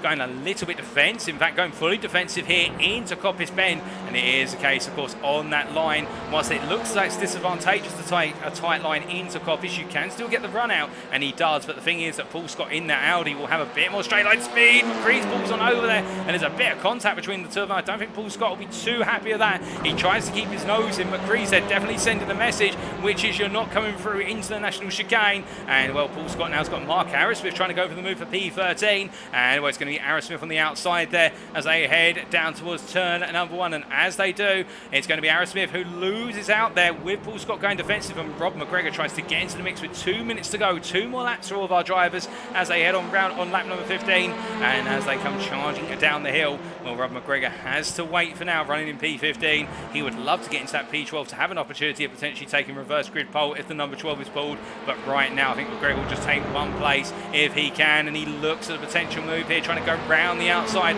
under Starkeys and up towards McLean's corner. It's It's going to be bold. We've seen it already once tonight, and he's going to go for it. It's McGregor up the inside there of Aerosmith. Aerosmith obliged to be fair and giving him the space, and well, Rob McGregor gets it done there in a brave, bold move. But as they roll the way up now, we can see a bit further back. That's Colin Martin, who finally finds his way past John Burnham for P17, albeit in an Audi, which has definitely had a few bumps and scrapes. You can see them over the car, in fact, as he makes his way on around. But meanwhile, our race leader, Mikey Doble, I think has gone on to the final lap, but we stay with this battle for P17 with Colin Martin here on the outside to inside run to the chicane. Meanwhile, John Burnham trying to go on through, but in the end, Burnham just not enough on the brakes to force the issue. Colin Martin takes P17 at long last and now has a lap to try and hunt down Mark Sykes. But meanwhile, we look from the back of the field to our P2 battle. And it is John Higgins here under pressure from what is Adam Delmont as they head up towards McLean's, and as they go charging up the hill here with the time remaining. We think this is the last lap. We may creep another one in. It's going to be very tight on timing. It is the case that John Higgins right now has got Delmont on his inside, and Delmont up the inside there through McLean's, but they're still side by side as they head up towards Coppice. This rivalry is not going to end, but it is Delmont who finds his way through on Coppice and gets the car parked on Apex very nicely. And as they come down the back straight here, I'm hearing that Mikey Doble is heading to the timing line. Well, as they head down towards the National Chicane, we will get one more lap. This is the penultimate lap. We will have what is a 17th lap, and Delmont having to go all defensive into the chicane, and well, Higgins and Dory will oblige, and Andrew Holmes now getting into the mix as they head on to the final lap. It is the case that our flagman Barney Flagg waves the flag, and Delmont defends here on the inside. Higgins on the outside. Dory tucks in behind. Andrew Holmes not too far out of the picture either as they roll their way through the right-hander and down towards turn number 4 they charge. Now, who will be the braver of the two in this two wide as Jamie Dory comes on through as well here, and I think Higgins will feel as though he wants to be in the train. He doesn't want to be out there anymore, but Delmont makes it almost 3 wide, or at least 2 wide behind, and Jamie Dory up the inside into P3 there through the old hairpin. But look at this, Higgins is now trying to come back. He's gone for the cutback through the old hairpin. They run side by side up the hill towards turn number 7. Now, will Higgins be able to go outside to inside? Yes, he can. We've seen this done multiple times by drivers in this race. He's there, but it's not over. Yes, there's a bit of a knock between the two of them. Dory is pushed to the grass there as they head up into Coppice, and I think that will be enough. But there's a bit of return contact there, but we must cut away, ladies and gentlemen, because as he makes his way through the final couple of corners, it's the case he's led this one from start to finish as well. It's Mikey Doble who takes the checker flag and takes the win in race number 2 here at Donington Park National by a margin of over 10 seconds. Meanwhile, it will be P2 to Adam Delmont, who held off the charger Higgins at the end. John Higgins at P3, Jamie Dory P4, Andrew Holmes P5, and then we will have Matt Evans flashing his lights there with a very happy P6, John Higgins or John Higgins Senior P7, Tom Delaney P8, and then we have Ben Bennyworth P9 ahead of Lee Horn P10. I think they're all flashing their lights. They know they're on camera. Matthew Addy P11, Rob McGregor P12, and then Paul Scott P13 ahead of Michael Crees, Mark Arrowsmith. Oh, goodness me, that's going to be a bit of a tussle there. I think Crees shouldn't have parked it there. I think he might be told about that one, but Arrowsmith P15, Mark Sykes P16, and then it will be John Burnham P17 ahead of Colin Martin, and then Chris Daines.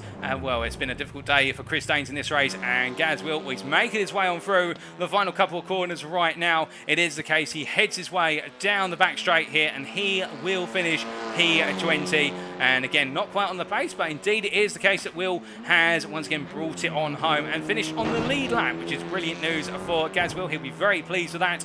And then we've had the retirements of what is Josh Brown, Jamie Jenkins, and also David Whitehouse and Nigel Stock. Of course, Nigel Stock not able to take to the grid.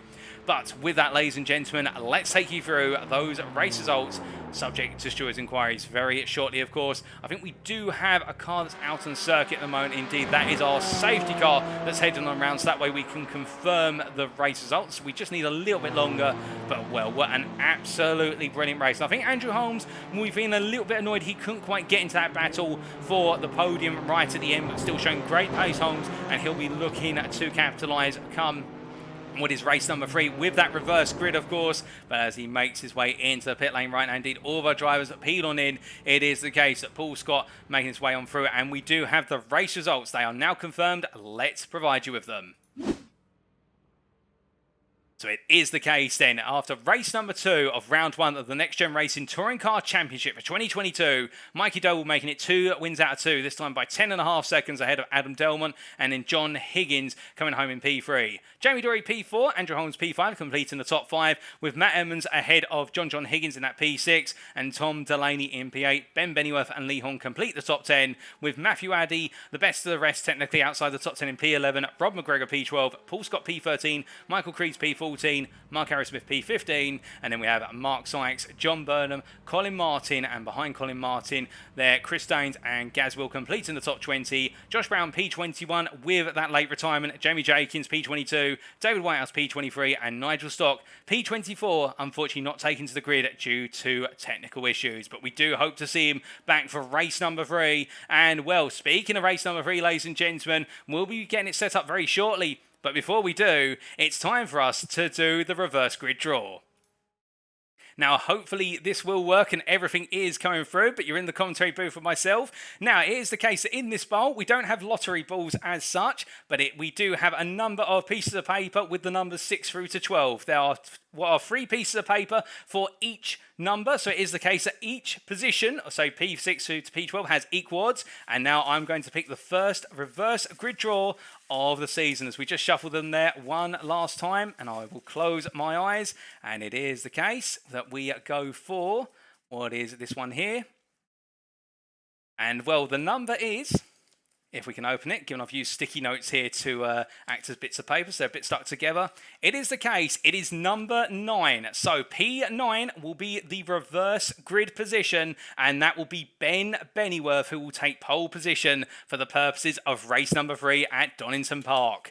But with that, I'll need to confirm that with the organisers, we will be back, ladies and gentlemen, in approximately 5 to 6 minutes' time for the build-up to race number 3 here at Donington Park. But until then, don't go anywhere. You won't want to miss it.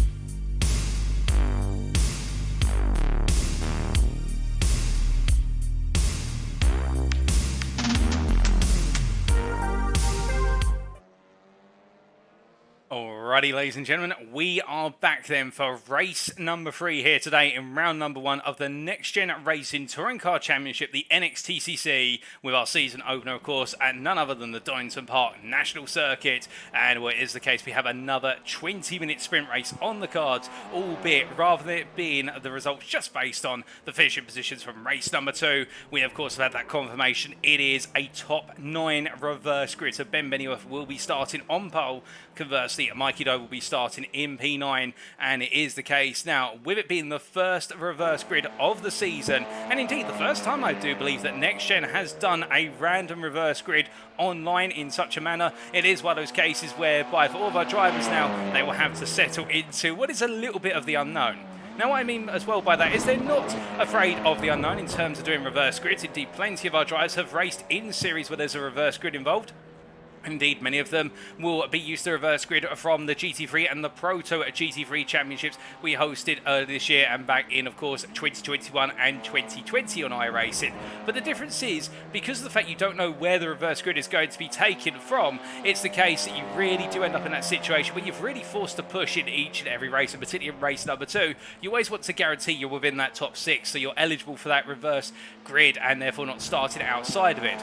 Now, with the fact that we do have Ben Benioff will be taking that pole position, for him, it'll feel as though it's going to be a bit of a world apart because the drivers behind him will arguably be a bit faster than him on one lap pace. But indeed, much like we've had Mikey Doe, will have it pretty straightforward all the way through. Could we potentially see the drivers from P2 to P9 all battle one another hard, and Ben Benioff being given the ability to run off into the distance? Well, that is something that could happen, and indeed, well, we've seen it in BTCC in the past, where sometimes those reverse grids lead to some very, very interesting results. But what will we see here today at Donington? We will wait and find out. In just over 2.5 minutes, we'll get rolling and see exactly what happens.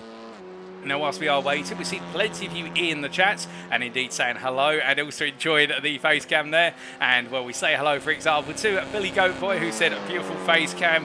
I think it is the case. Pretty a beautiful dish with the what we call the lottery papers in there, but I'm not sure about the person on the camera. And also, there we say hello to Gazwill in the Facebook chat, who's saying, I may be a newbie, but I finished again. And indeed, it is the case. Gaz, just making it to the end. That's what it's all about, particularly when you're a rookie, because you can keep picking up those finishes. You'll gradually pick up those points, and on top of that, it will be the case that you build up that experience, which is what it's all about. We've all got to start somewhere, and we also there see Lee Horn saying just missing the pole by the smallest of margins there. Indeed, Lee Horn finishing in that P10 position. He'll be starting P10 and kicking himself for not finishing in P9, but that great battle between him, Matt Emmons, and also Ben Benioff, and it is the case, well, we haven't got Lee Horn out of the circuit at the moment, but here is Matt Emmons, and we can also see there, it is the case, we do have iRacing's Delmont, or Adam Delmont, our second, sorry, not our second place finisher, our third place finisher, unless I'm mistaken. In fact, I'm already losing my memory here. It was one, two, was on the podium. How about that? We'll go for that. Bit of short-term memory there, like a goldfish,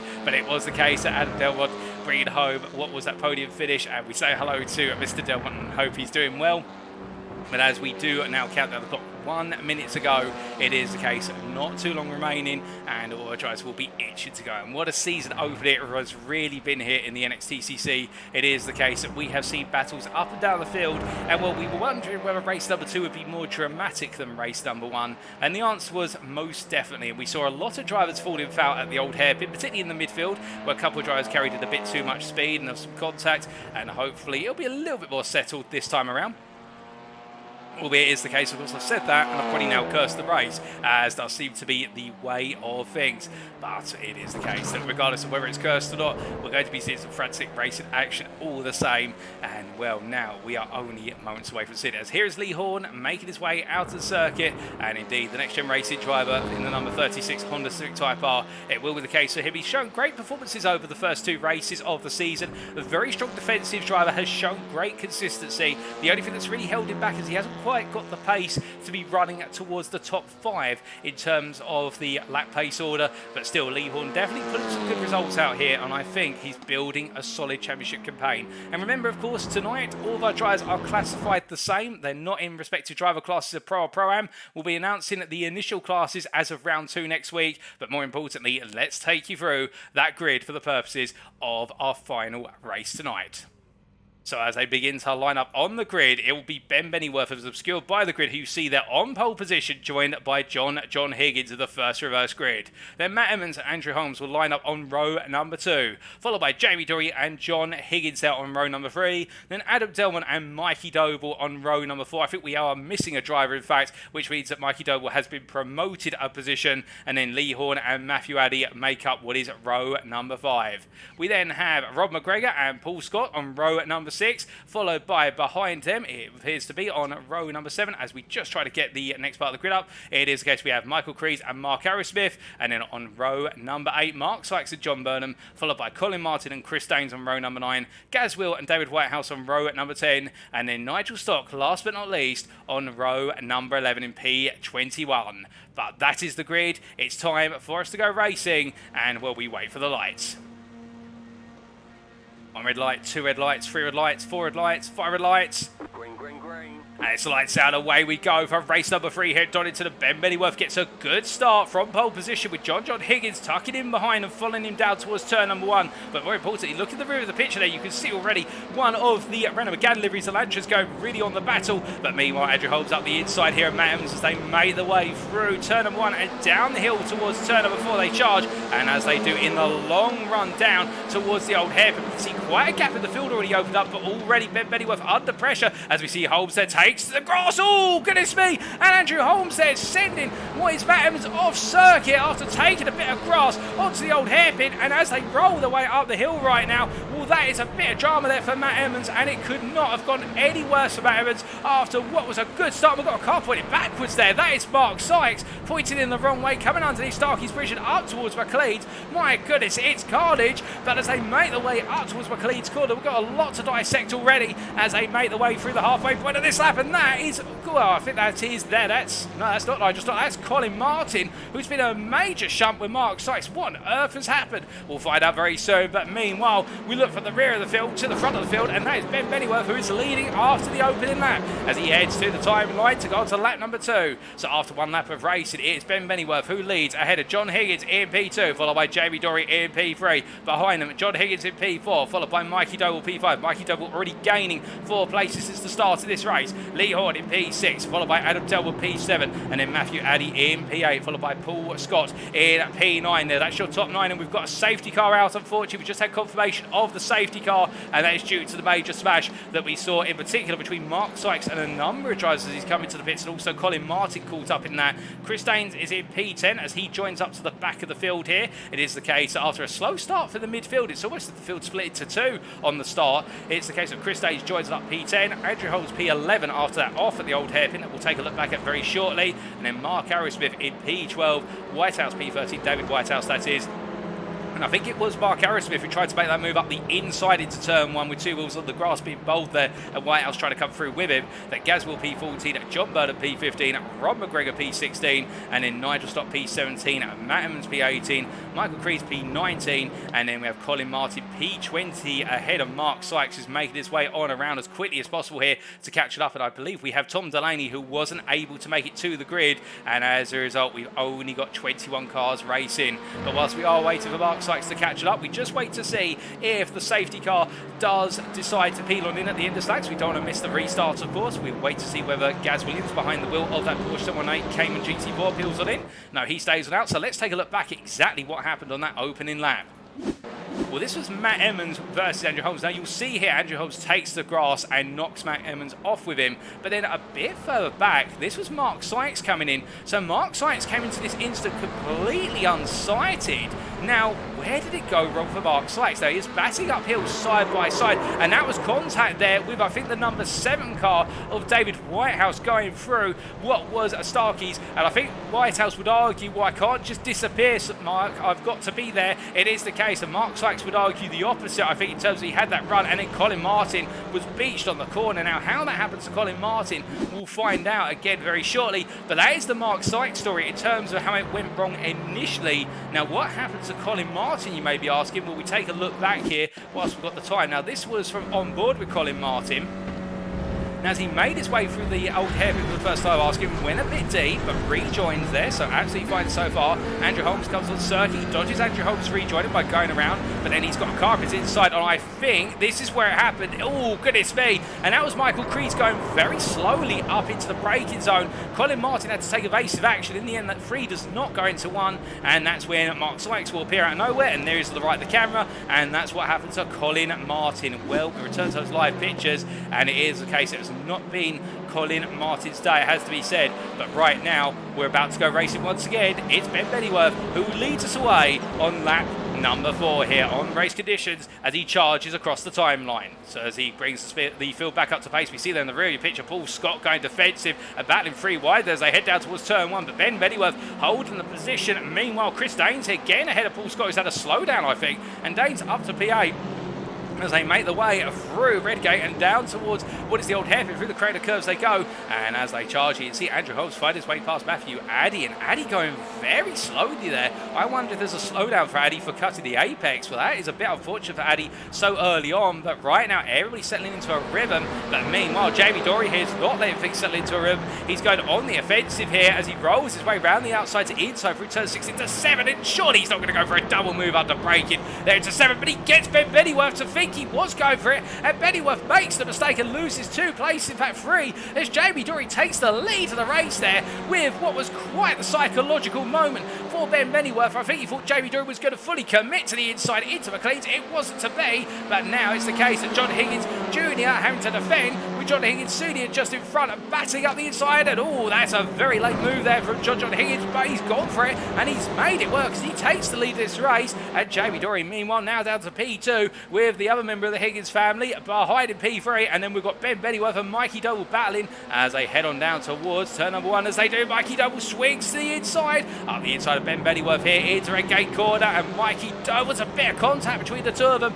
but I think they both emerge safe and sound, and Mikey Doble gains the place as they come charging down the hill, and Ben Bennyworth has to tuck on in. It is the case he's lost the place to Lee Horn there, and I think there's been a bit of an incident for that. We've got a major incident at what is the pit straight. We're going to have to find out what's happened there very shortly, but before we cut to that, it's the case there's been multiple cars involved. John Higgins there with a bit of run wide, but he hasn't lost too much, and there's Adam Delman finding his way past Ben Bennyworth. It's all seemingly dropping away for Ben Bennyworth after that move by Jamie Dory, but to be fair, he just needs to get himself composed right now as they make the way up the hill, and Jamie Dory here looking to the inside. There's a little bit of a moment there, and I think Higgins having to swing the steering wheel back the other way as Dory got the elbows out there into Coppice Bend, and as they make the way on out the corner, and we say hello to Ed Black there, who definitely chose a good time to start watching in the YouTube chat. It is the case they charge down here in our final race for today. It's Jamie Dory who now leads as they roll the way through, but I do wonder whether we may have a safety car given the number of cars involved in this shunt that we haven't seen, but there was a major moment on the start finish straight. I don't think the safety cars come out for it. It has been cleared, so they are as they were and continue racing, as meanwhile that is of John Higgins there, I think the junior member of the family, going up the inside of the senior member, and now Mikey Doble wants a piece of this as well as they battle for P2. They don't want to let Jamie Dory get away, and particularly Mikey Doble really being on the ball here as he charges down the hill towards turn number 4, down towards the old hairpin, and as he rolls his way through the right-hander, Doble definitely trying to deliver as they head on up the hill, and you can see Lee Horn there getting a little bit wide once again, coming out of the old hairpin, and in doing so he has got Adam Delman creeping ever closer behind, but meanwhile Doble there takes a peek, gets his nose in, but he has to back it out there into McLean's corner, but meanwhile Delman going up the inside of Lee Horn, and he gets the move on Lee Horn, or does he, as they roll away through Coppice. I think he's got it done, and indeed Adam Delman moves up to P5, but we take a quick look back at what happened between Matt Emmons and David Whitehouse on the start for the straight. Well, we were going to, but then the battle for P3 has really started to kick off here, and we'll wait a brief moment as Mikey Doble tries to look for the move. He can't find it, however, and now we wait for them to see whether Mikey Doble can get the move down towards Redgate corner here, because he's got a lot of momentum. Well, he's trying to go around the outside here. It's the case that John Higgins just hanging to the inside. I think Doble trying to force his rival to commit to that inside line to Redgate corner in order to cause him to outbrake himself. But to be fair, Higgins, no slouch when it comes to defensive driving, and holds on to that position comfortably as they make their way down the hill, or does he? As Doble has had the better run, but as they head down through the crane of curves, you can see there how the body roll of the Honda, he's got to really fight against the car, but in the end, Doble up the inside into the old hairpin. John Higgins drops the position, and now we've got Adam Delman trying to get into the mix, but he can't get on through this time around. He has to wait in that P5 position as we see Lee Horn there almost going onto the grass through turns 5 into 6. And as they make the way downward, takes a peek to the inside. There's contact. There's quite the ride on the inside of Higgins' car there. And well, I think Delmont has got away with that one, but that was a car ride if I've seen one. And then it's the case that now Higgins is being bullied, I think, by a number of drivers. And we see Andrew Holmes coming on through here. It's elbows out in race number 3 at Donington Park. There's no doubt about that. And behind him, it is the case that Andrew Holmes has got Chris Daines, who's going to try and make it 3 wide. Surely not into the chicane. No, Chris Daines thinks better of that, and I think for good reason. He'll look to get the exit here. And look at this. As we can see, it's the case that Higgins and Holmes are batting on an exit. Through goes Daines as they make the way down towards turn number 1. It's 3 wide here. Daines on the right, Higgins in the middle, and Holmes on the left. And as they roll the way on through here, it's the case that Higgins is locked out there as the seas collapse on him. And it's Daines who tries to get the run for P7 on what is Holmes and run down towards P6 in towards the old hairpin they charge. But who will it be there? Holmes has got his nose ahead on the inside. Chris Daines on the outside here. Holmes is never going to get this up. Chris Daines tries to turn in. But it's the case he finds a face full of Holmes there. And the Elantra versus Audi RS3 battle goes on as it's the case now. They're 2 by 2 as they charge up the hill. And as they do it towards McLean's, I think it's the case that Holmes has got this done this time around, or has he, as the battle continues. Ben Bennyworth also getting into the battle with Higgins as they head up towards Coppice Bend. And as they do, we can see Andrew Holmes here holding that position, and Daines is just simply saying, I can go 2 wide all the time. But I think going 2 wide there has actually led to Ben Bennyworth getting into the battle as they head down towards the chicane. And as they charge their way down, Ben Bennyworth on that inside here. He hasn't really got anywhere to go. There's a tap from what is there. Oh, goodness me. And now that was a tap. I think he'll be very glad about it. He might have swore a little bit there, but Ben be very grateful about it. John Higgins got it wrong and gave Bennyworth a tap in return. He's actually pushed him up towards what is P7 in this battle, but the battle for P6 goes on with Andrew Holmes holding that inside into Redgate Corner. My goodness. I think we could literally make the whole race about this battle for P6 at the moment, given how much it's happening. But as they come charging on down, it is the case. We've also got a battle for the lead building between Jamie Dory and Mikey Doble. We will cut to that shortly. But Chris Daines right now up the inside. Oh, goodness me. And was that contact, though? Did Bennyworth just give a bit too much space to head to the grass? Either way, Ben Bennyworth takes to the grass, and that really now settles that battle for P6, where it may have taken 3 laps, but Andrew Holmes has finally secured that P6 in the Hyundai Elantra as he now tries to break away from Chris Daines. But my goodness, that was very nip and tuck.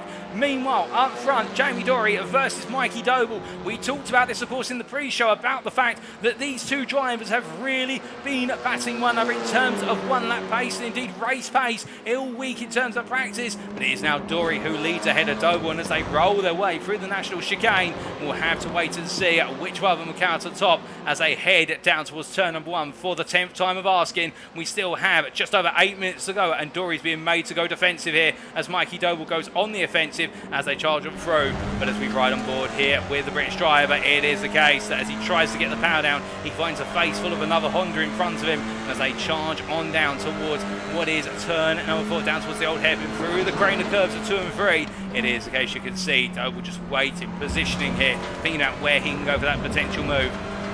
As he charges on through the left-hander of Starkey's Bridge and heading up towards McLean's this time. Can he look for the move on the inside into the right-hander? No, instead he gets a little bit of a snap there on the apex curve of 6, and he has to park it behind. A little bit of a tap there to the rear of Dory. I think it is the case of trying to get the message onto Dory, get a move on as they roll their way through what is their Coppice Bend. You can see Jamie Dory just not having a good run there through the right-hander. To be fair, he can make that Honda wide, so as a result, Mikey Doble's not going to gain too much here, but they are gradually falling backwards to John Higgins in P3. And as they make their way into the national chicane, it is the case Mikey Doble looks to try and get the launch out the chicane to go for the move in the run down towards turn number 1. But Dory will see this coming. He'll put the car on the inside, bring it across to the middle. Now Doble will be forced to go to outside, or will he do the switchback here on the braking?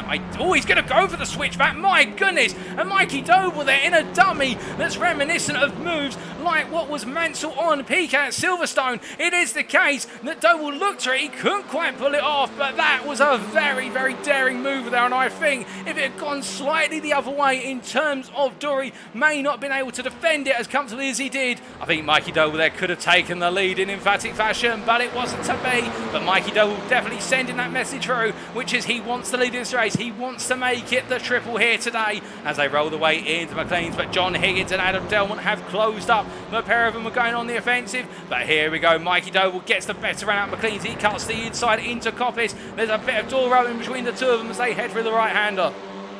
And as they come on out here and down towards turns 9 and 10 they go, down towards the national chicane. It is the case that Jamie Dory has got his nose ahead. He's slowly pulling ahead in the drag race, but Doble is still there in terms of getting his nose on the inside panels, and he will have that inside run as they make the way on through. Doble takes the lead in this race, and he makes his way to the timeline here. 6 minutes still on the clock, still plenty to go as they head down towards turn number 1, and as they do, Jamie Dory here having to go defensive versus Higgins and Delmont. Oh, goodness me! And it's the case that Higgins collects Dory and Delmont goes with them. Well, now that is going to be a sour day for all three drivers, but particularly for Dory and also for Wittis Delmont. They were hoping to come on through, and this right now has promoted, would you believe it, Lee Horn all the way up to P2, and he has got plenty of time between himself and the drivers behind. I think Lee Horn at this point could potentially end up on the podium. Well, this reverse grid is definitely throwing a few spanners into the works, and now John Higgins battling with Delmont here as they both got themselves back up to speed, and Adam Delmont makes very quick work there getting past Higgins. I think Higgins had an off track at the old hairpin, but as they roll on through, Jamie Dory by comparison has dropped to P9. But meanwhile, a bit further back here, oh goodness me, we've got a bit of contact there between Paul Scott and Rob McGregor, and I don't think we've seen the full story, but what we will see is that Jamie Dory very quickly gets 3 places gained. Oh, and my goodness, well, there's further contact, and that is Paul Scott into the wall coming through Coppice Bend, and he will not be very happy with that. There was contact between him and Rob McGregor, but I think it was Rob McGregor, or no, it was John Higgins, my apologies, but I think there was more to it as we see. Oh goodness me, now I think the boxing gloves are starting to end up coming out, because that was Rob McGregor and some contact with Jamie Dory there, and I don't think either driver's too happy with the other one right now. But I think McGregor, it is the case, he's backing off there to yield time gained, and also I think to yield the place to Jamie Dory. But definitely now there's a few elbows coming on out, and that is causing a bit more drama to be thrown into the mix. But those who are not in the drama are gaining places, it must be said. But we look from that battle for what was P8 to our battle for P3, and this is Adam Delmont, who right now is on a mission to try and hold off John Higgins behind him and go on the offensive versus Lee Horn in front of him. And as they make the way up into Coppice Bend, well, 4 minutes left on the clock, and we can see it is the case there that Lee Horn looking comfortable at the moment, but he is being reeled in at quite a rate of knots. Lee Horn, he had an advantage of 3.5 seconds come the end of the last lap. That advantage has already come down to just under 3 seconds, unless there's a little bit of a mistake there for Lee Horn as well. But right now, Adam Delmont and Higgins both working together here, I think, to try and push on as they make the way into the national chicane for just a few more laps to go. Now it is the case we haven't got too many more on the clock, about 4 more laps remaining, including the one they go on to, and as they do, you can see Lee Horn already flashing his lights there to Will, and it is the case that Will obliges by simply staying to the outside, but he loses the rear of the car, does Gaz Will, and he's going to have to wait there, just hold the brakes on and get it off circuit. In fact, smart thing to do there from Gaz Will, just to reverse the car on off and wait for everybody to come on through. And it may be the case he may be a rookie in terms of his pace, but he's definitely no rookie in knowing the rules of the racing road, and it is the case that I think will definitely be on the back of the pack in time. But meanwhile, we see here Andrew Holmes rolling his way through. We're hearing that Colin Martin has had to jump to the pit. Something has gone very wrong for Colin Martin. We take a look back. In fact, that is not the full story. What on earth has happened to Colin Martin's car there? That is a car that has been in the wars. We look back to live pictures, but that car has definitely been knocked around. It is not his first rodeo in terms of picking up damage, but Colin Martin there in a very, very sad day, it has to be said, here at Donington Park. We do hope to see Colin have a better run of fortunes next time out in round number 2. But meanwhile, in the live pictures once again, John Higgins here. John Higgins Jr. under... John Higgins Jr.? Yes, it is John Higgins Jr. under pressure here from Chris Daines as they make the way out of the national chicane and on to another lap here. Just over 2 minutes remaining. 3 more laps on the clock. And right now, Higgins under major pressure. In fact, I think it's 2 laps on the clock.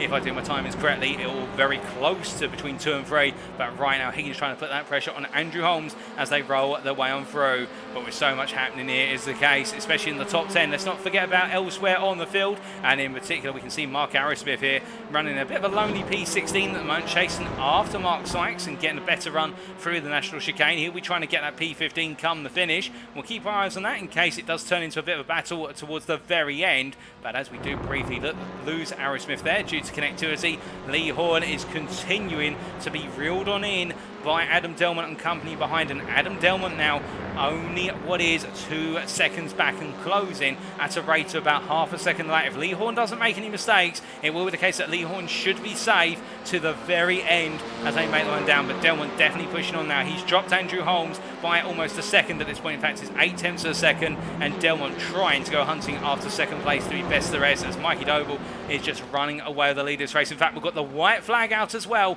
It is the case. We are on to the final lap. We will not have 2 more laps, just 1 more. We'll get a 16th lap in, and as we do, it is the case our drivers push on here with the limited time remaining. And we see John Higgins here, we're trying to get that position off of Holmes. They roll the way down through the Craner curves, and Chris Danes behind them. To be fair, for a driver who has had very little practice, if minimal practice, the Verano Motorsport driver, he's had a few knocks. I think he's acclimatising very well to that Audi RS3 and also the Donington Park circuit as he gives pursuit. Colin Martin in the pit lane, I can confirm, with that retirement, unfortunately. So he has retired after taking to the circuit. Tom Delaney was not able to get to the grid. And we do miss seeing Tom Delaney out on circuit in the Honda Civic, but meanwhile it is the case. One thing that we have not missed is in terms of Mikey Doble's pace, and as he makes his way down towards turns 9 and 10, it is the case his pace has been noted, and he charges through the final 2 corners, and the checker flag awaits him. It's going to be a perfect day at Donington Park for Mikey Doble. He makes it 3 out of 3, taking the win in race number 3 by 7 seconds ahead of Lee Horn, who crosses the line in a well-deserved P2, staying out of trouble and using that reverse grid to his advantage ahead of Adam Delmont, separated by David Whitehouse P19 there, Andrew Holmes at P4, and then it's John Higgins who completes the top 5. That's John Higgins Jr., Chris Danes P6, and then it will be a P7 for Jamie Dory in the end, ahead of John Higgins Senior P8, Ron McGregor P9, and then we'll have Ben Bennyworth in P10, followed by John Burnham P11, and then we've got Nigel Stock who came on through in P12.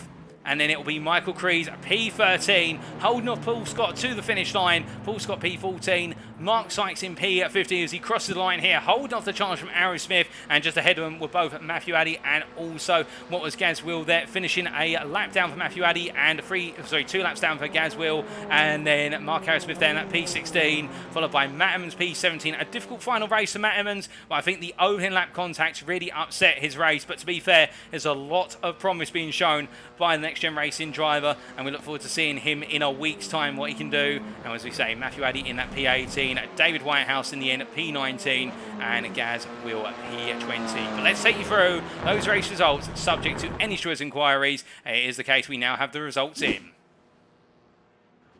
So what has been our 3rd and final race here today at Donington Park in the NXTGEN Racing Touring Car Championship, round number 1, of course, it is the case that Mikey Doble taking that win by 7 seconds ahead of Lee Horn, and Mikey Doble making it a triple today, and Lee Horn in P2 ahead of Adam Delmont, who completed the podium. And indeed Lee Horn there showing that sometimes you just got to stay clear of the trouble and make that reverse grid work, and that's exactly what he's done. Then Andrew Holmes in P4 ahead of John Higgins, followed by Chris Danes in P6, Jamie Dory P7, John Higgins Senior P8. Difficult day for John Higgins Senior. I think he'll feel as though there was a top 5 on the cards then. He was prevented through the battling and also a couple of incidents. Rob McGregor in P9, and then Ben Bennyworth, after starting on pole position with that P9 reverse grid, dropping to P10. And I think he'll feel that after Jamie Dory made that fake move into McLean's, that fake double pass move, it was the case that he just felt a bit unsettled and he lost out. John Burnham P11, Nigel Stock P12, Michael Crees P13, Paul Scott P14, Mark Sykes P15, and then Mark Aerosmith coming home P16. A difficult day for Aerosmith, but plenty, I think, for him to take to the next round, much like Matt Emmons P17. Matthew Addy P18, a lap down in the end. David Whitehouse 2 laps down P19, and then Gaz Will P20 completing that top 20. Indeed, the cars that finished on track. Colin Martin in the end with that unfortunate retirement P21, and then Tom Delaney not taken to the grid. He will be effectively classified P22, but I don't think he'll be awarded points given he did not take to the grid. Well, with that, ladies and gentlemen, it is the case. We've had all of our races for today, but we still got some post-round interviews to have with our drivers. Don't go anywhere. You won't want to miss them. We'll be back in approximately 5 to 10 minutes time, hopefully the sooner the better, to get the thoughts of our drivers who raced today and the insights they can provide with regards to battling in touring cars at Donington Park National.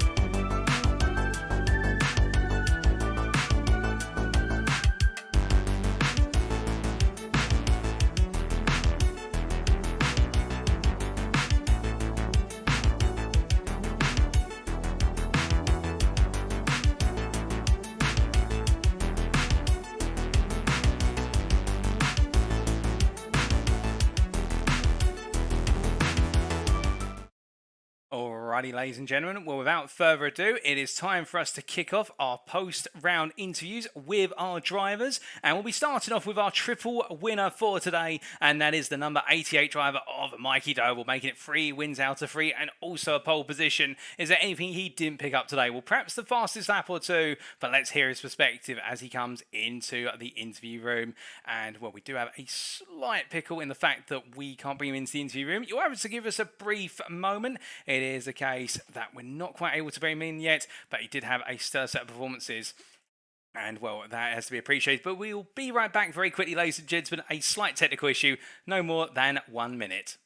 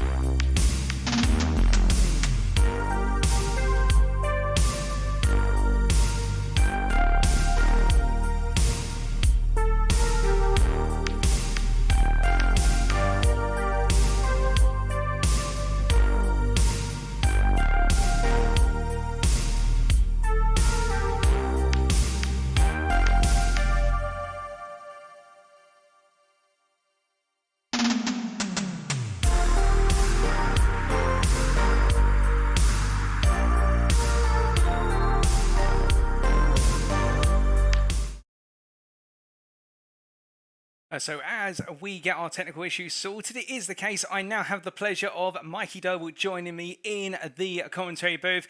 Mikey, 3 wins on the bounce today. It's the case, it's a perfect start to a season campaign. Donington Park has treated you well, and well, is there anything you didn't pick up today with the qualifying pole and I think a few fastest laps in there? How do you feel about starting off the season opener on pretty much a triple? Yeah, I really enjoyed that. It's great evenings racing. Great start to the new league. Love the idea behind it. Love racing these cars. Great grid out there, and yeah, looking forward to the rest of the season. Oh, indeed. And just from the outset, really, of course, we saw in the pre-practice earlier this week, it was the case that you were showing a lot of pace in practice and really gunning it in the Honda Civic Type R. Just what made you choose the Honda Civic over the other cars available? So I tried in previous series. I've always driven the Hyundai, the Elantra, and I tried the Honda this time. I hadn't really driven that much before, and I just found the consistency was better in the Honda. It wasn't the fastest car on a 1-lap pace, but over the race distance, I found that the tyre drop off was next to nothing. I could do pretty much 20 laps within 2 or 3 tenths of each other on every lap, whereas the other car, there was mistakes, there was a lot more dispersion on the lap time. So I thought, particularly with reverse grid races, you want a car that is easier to drive so you can overtake, and I think the Honda is the best all-round touring car out there at the moment. Oh, indeed. I must admit, I'm nodding my head silently in agreement with you, but I'm a big Honda fan. But biases aside and whatnot, it started off very well, of course, in qualifying with that pole lap and by a sizable margin as well. 4.5 tenths on pole in the end. Was it the perfect lap? Was there a little bit of slipstream to play there? Or was it the case there was still more out there? I wouldn't say it was the perfect lap, but it was pretty much about as good as I've got. I know that an 11.2 is possible in those conditions on my own. I don't think I can really go much faster than that. So no, I delivered what I had to bring the best out of me and what I had with my car. So yeah, I was happy with that lap. indeed. And then coming on to the first two races, it was the case, of course, starting on pole in both races with the winning race one, giving you that pole for race number 2. We saw you very quickly break away from the field after the initial challenge down towards the old hairpin. I presume that was always going to be the game, get a solid start and then disappear come the exit of turn 4, because we saw a lot of carnage and battling further back down the order, even within the top 10. Yeah, I mean, obviously you always want a good start. I was a little bit, it would have been nice to have had a couple of other people maybe break away with me so we could have had a bit of a battle.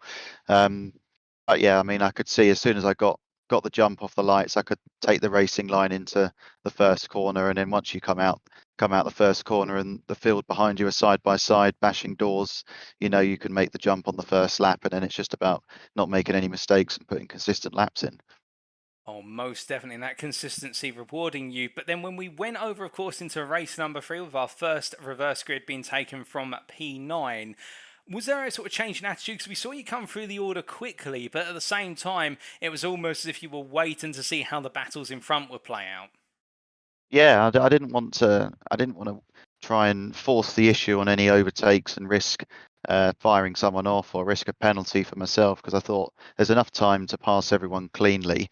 I was quite selective as to which corners I'd want to overtake into, because sometimes some corners it doesn't end well for either yourself or the other driver. So, and just to really enjoyed the race, just wanted to try and enjoy every overtake and have a really good battle with the guys like we were in practice this week. Oh, most definitely. And that was ringing through. And in the end, as you made your way up into lead of the race, and not without having to pass Jamie Dory, of course, and there was quite a bit of a rivalry between the two of you in terms of the practice last night, I must acknowledge. Just making that pass in the end, it looked relatively straightforward. It seems as though you'd found that rhythm that you needed to make the pass of the lead. Yeah, in the end, the pass was a cutback coming out of McLean's and then side by side round Coppice and down into the chicane. Nearly pulled a dummy onto him into Redgate earlier that lap. Didn't quite get the traction coming out the corner, and he managed to come back round the outside of me down the Craners. But yeah, it was a clean move in the end. Don't think I made any enemies out there tonight, unlike some other people. So yeah, hopefully keep those relationships strong going into future rounds. Oh, indeed. And speaking of future rounds, we do, of course, have our first visit to Brands Hatch Indy in a week's time. A circuit which, whilst it's short, can be very fast and furious, and overtaking can be somewhat a bit difficult at the short Brands Hatch circuit. How are you feeling for our round 2? Yeah, I mean, I'm sure the racing's going to be great. Sadly, I'm not around for next week. There is a few rounds in this championship I can't do, where Thursdays sometimes clash with real life racing. But I will do the rounds I can, and I've got to try and maximise the points in the rounds I am here, if I can still to be in contention come the last round. Oh, indeed. And that is a shame you can't join us for all rounds, but completely understand with your real life racing commitments, of course, and we wish you all the best with those. But just before we do let you go, Mikey, is there anybody you'd like to give a shout out to or say thank you to live on air? Yeah, so thanks to yourself for another great broadcast, and friends and family that are watching on the stream. Hopefully enjoyed tonight's action. And yeah, I think that's about it. Well, with that, Mikey, thank you for joining us in the interview room and stroke commentary booth. It is a case that you've really been on dominant form tonight, and whilst we won't see you in a week's time, I can imagine you're going to be coming back firing on all cylinders for the next round you can make. So until then, congratulations on taking a season opening triple, and we wish you all the best in your real life endeavours of racing and also heading into the next round you can race. Perfect. Cheers. I'll be watching next week. Don't worry about that. Oh, all the best. So hearing that from Mikey Doble, very happy with his performances tonight, and I think it is the case, really playing it smart. And as he said there, particularly with the race-free reverse grid, balancing things out in terms of knowing when to go on the charge. But speaking of going on the charge, now joining me in the interview room is one Michael Crees. Michael, exchanging the real-world race car for our virtual race cars, it looks like you had a lot of fun out there tonight. Yeah, mate. I mean, that was good fun. I really enjoyed that. I mean, that's my first, session of on the sim properly since I've had the new sim. Oh, indeed. Well, it's the case for your first session. You weren't afraid to go battling, and qualifying didn't quite work out, but race number one, let's focus on that. Started P20, P10 by the end of the first lap. I mean, you don't hold back. Yeah, that's the bit I enjoyed. The starts I was mega at, to be fair. Everyone was bottling it, so I was just picking them off. But yeah, then when it come to overall pace, they had the edge on me. But I set my fastest lap that I've done in the last 2 days. Right at the last knock-ins there, it's a 12:1, and I'm creeping towards them 11s and chipping away at it. But like I was just saying to the boys, it's really good fun, and it's nice to come on here and just relax and just you know, just enjoy it. Where you not have a few knocks or a few spins or whatever, and it just don't really matter. Do you know what I mean? Oh, most definitely. And we could see you enjoying it out then. Well, the results improved over the course of the night. A P17 race 1, a P14 race 2, and a P13 in race number 3. Seems as though you're gradually building that momentum. Just from your perspective, obviously, 'cause you drive the Hondas in real life and also taking to the circuit in a Honda today. And just what it's like going behind the wheel of the virtual car. What's the difference for those of us who we love doing the virtual racing, but we can't do the real racing? Yeah, it's just feel really. I mean, with when you're strapped in and you're in the touring car and you can feel every lump and bump, and the feelings there through the accelerator pedal and the brake pedal, so you can know when the front's sort of hooking up and you can then feed it back in and stuff like that. With the sim, it's a lot harder on the on the brakes, especially on the sim, to really get it stopped, and like you would in a touring car. Do you know what I mean? Like in a front wheel drive touring car, you're hard on the brakes in a straight line, roll off the brakes and then back to the power, and you're sort of doing everything in one motion. Where this, it's more like driving the Porsche, where you have to sort of trail brake it in and then be precise on the line. So touring cars obviously smash the curb. So in that first and second race, I was getting a lot of black flags where I was trying to run the curves and bits and pieces. But yeah, I mean, it is good for like racing at Donington there. It's good for like line and gears as well. Coming down the craners in fifth, exactly the same, flat through the craners on the left, get the car over to the left, down one, and in you go. Do you know what I mean? It's exactly the same on here as it is in real life. But so that's good. And muscle memory, down, all the gears were the same, the lines were the same. So yeah, I think they've got it spot on. But it's just obviously that feel that you get when you're actually driving the car. Oh, indeed. And we really appreciate that insight, because my next question with regards to the sort of racing tonight, given that you're gradually building up that momentum more and more and getting into the battles with other drivers, is it the case that we could expect to see you returning as the next week at Brands Hatch Indy? Unfortunately, I leave for shakedown for the real touring car on Wednesday evening, because we have shakedown up at Western Airport on the Thursday morning, and then I'm off straight from Silverstone straight down to Snetterton to park the camper up and then settle in for the weekend, really, because obviously we're racing down there. But I will definitely be back for the following week. So yeah, no, I'm gutted that I'm missing Brands Indy, because that's my favourite, well, one of my favourite tracks. But yeah, no, I really enjoyed it tonight, and I'll definitely be back for as many as I can.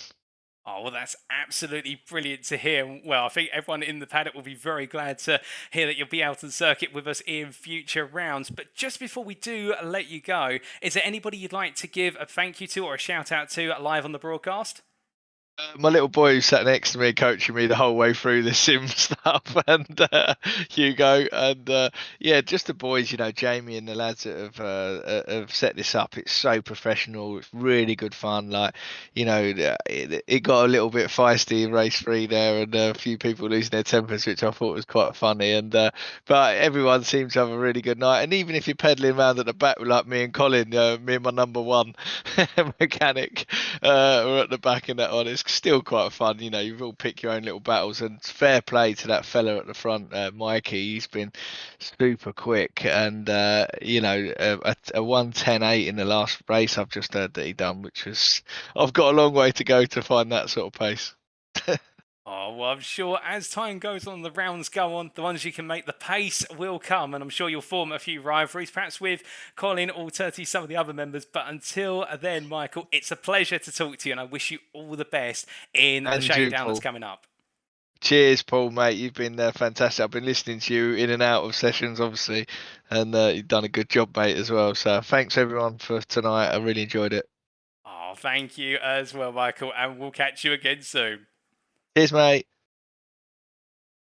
So hearing there from Michael Crees, who, well, he's absolutely enjoyed himself, it must be said. And whilst perhaps the results weren't exactly on that point with regards to coming in top 10s compared to what he may be targeting for on the real circuit, it was really good to get that insight from Michael Crees with regards to the approach of real-world racing versus what it feels like behind the wheel of the touring car in iRacing. The thing that I'll take away there in particular is that feel, that sensitivity in terms of going through corners. And that's the one thing perhaps you can't necessarily get translated into the sim itself, but the fact that it was the case that Michael Crees was starting to build up that momentum, the lap times were improving. I can tell you already he's faster than me on the sim, and well, I've had multiple weeks of practice compared to him only over a couple of nights. But then again, I'm going to say he has that real world experience to his advantage.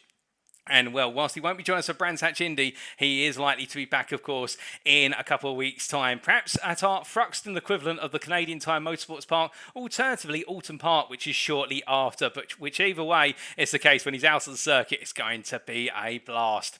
But with that, it's now time for us to come to our third interviewee, and that is Matt Emmons. And, well, we'll very shortly be welcoming Matt Emmons into the booth. And, in fact, I think we can welcome him now, the number 72 driver. I think it's the case we still don't have the ability to bring him on in, so we may just need to fix the technical issues very slightly. Give us a brief moment, ladies and gentlemen. And as he joins us in the interview room there, as I try to leave it and then rejoin, Matt, a very up and down event tonight in the fact that races 1 and 2, two top 10 finishes, a P8 and a P6, but then a P13, a P17 in race number 3. Not the way you wanted it to end, but positive on the whole. To be honest, I thought I was going to be about 17th, 18th in every race, so to get 2 top 10s in the first 2 races was a big bonus.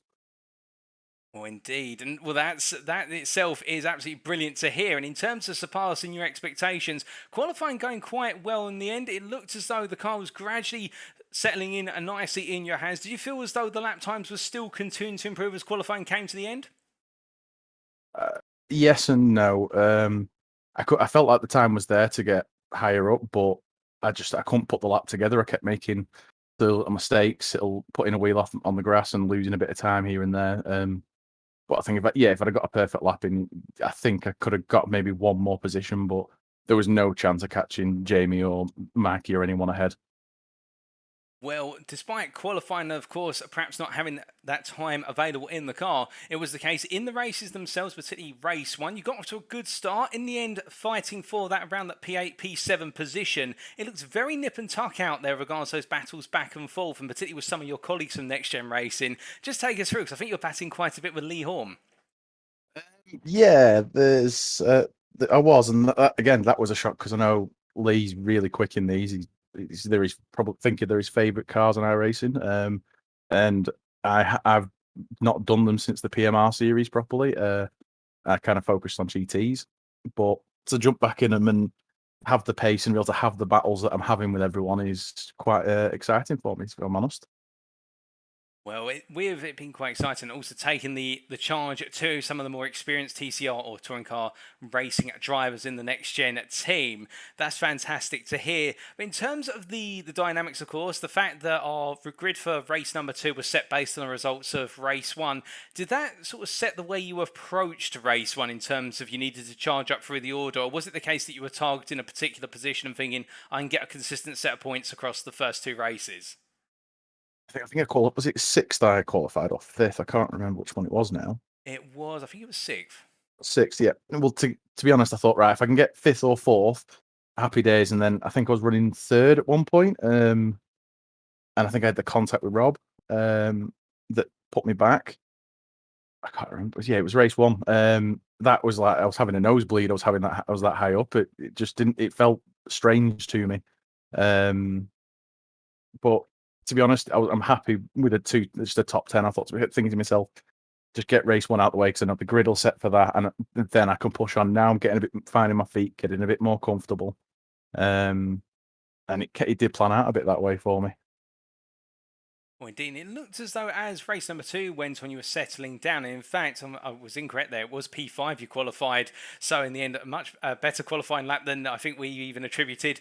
But in terms of settling down and then getting that P6 in race number 2, then we had the big question, of course, of the reverse grid for race number 3. Now, obviously, finishing P6 in race 2 makes things quite comfortable because you're guaranteed to be in that reverse grid.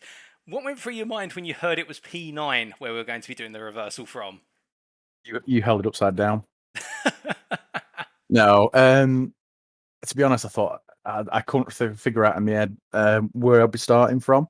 But I just thought if I can just get a good start, pull away a bit of a gap, and just maintain it until the Mikey and Jamie and everyone came through, I could be on for a good points finish here.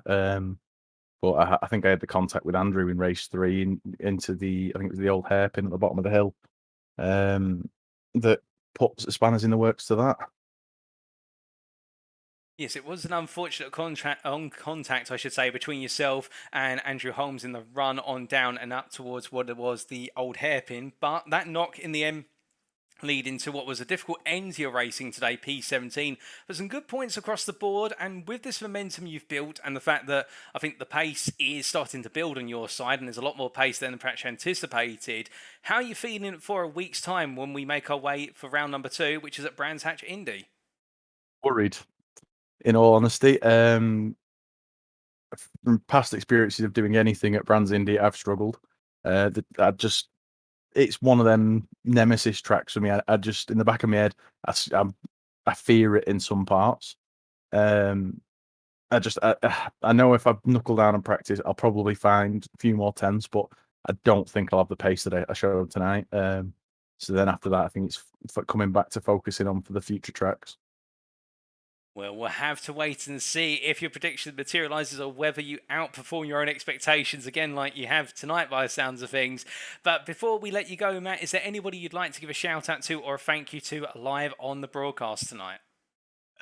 Yourself for doing an excellent stream, I'm sure. I look forward to rewatching it. Everyone at NXTGEN, all the sponsors, my fans, as Katie probably would call herself, who's in the chat. Yeah, just everyone, thanks for racing tonight, and thanks for letting me race as well. Oh, indeed. It's the pleasure, I think, of the organiser, Jamie, to let you race. And also, I think everyone will appreciate the shout-outs there. And also, I appreciate the compliment, Matt. But until next time, congratulations on your results tonight. And we do look forward to seeing you out of the circuit again in a week's time. Thanks, Paul.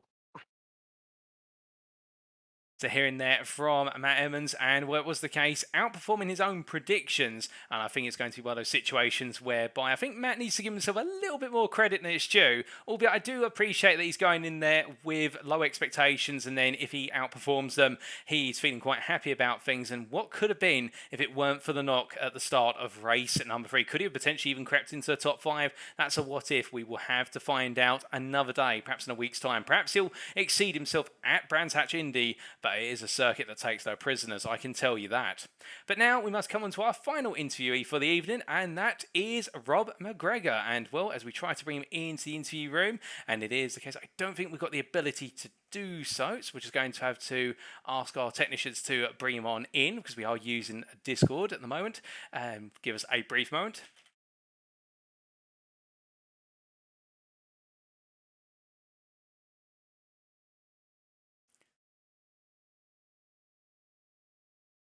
And we do apologise about that, ladies and gentlemen. Rob will be joining us very shortly. It is the case, of course, we do have those little technical gremlins that you have to iron out on night number 1. They always materialise. And, well, we are just waiting for Rob to join us at the moment. But I don't think it's a case it's being sorted as of yet. But what I may do instead is try to grab him very shortly via an alternative means. So we will be one moment once more.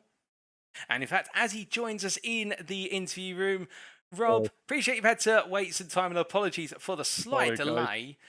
But an interesting night for yourself. The results not quite going the way you wanted them to, although race 3 started to show some promise with that P9 in the end.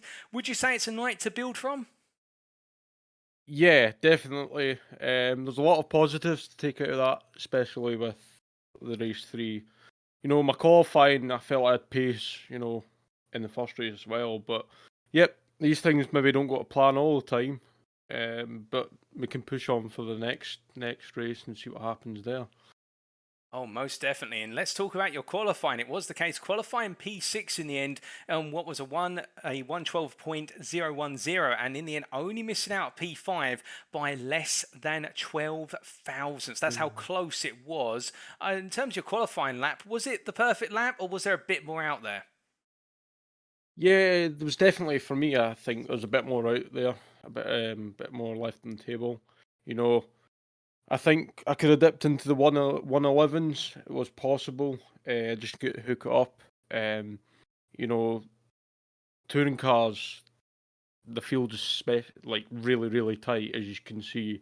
I think the top 16 were split by 1.22 seconds. So it just shows how competitive all these cars are, and the drivers themselves. Oh, most definitely. A very tight field, but of course, with the field being so tight in qualifying, places had to be gained in the races. Now, in races 1 and 2, you received a couple of knocks in both races, and a bit unfortunate, but in terms of when these cars do get hit, they're quite rigid cars in terms of the touring cars, so it is the case that you can have a few bumps and scrapes. It's just when it gets a little bit too aggressive, that's when it goes wrong.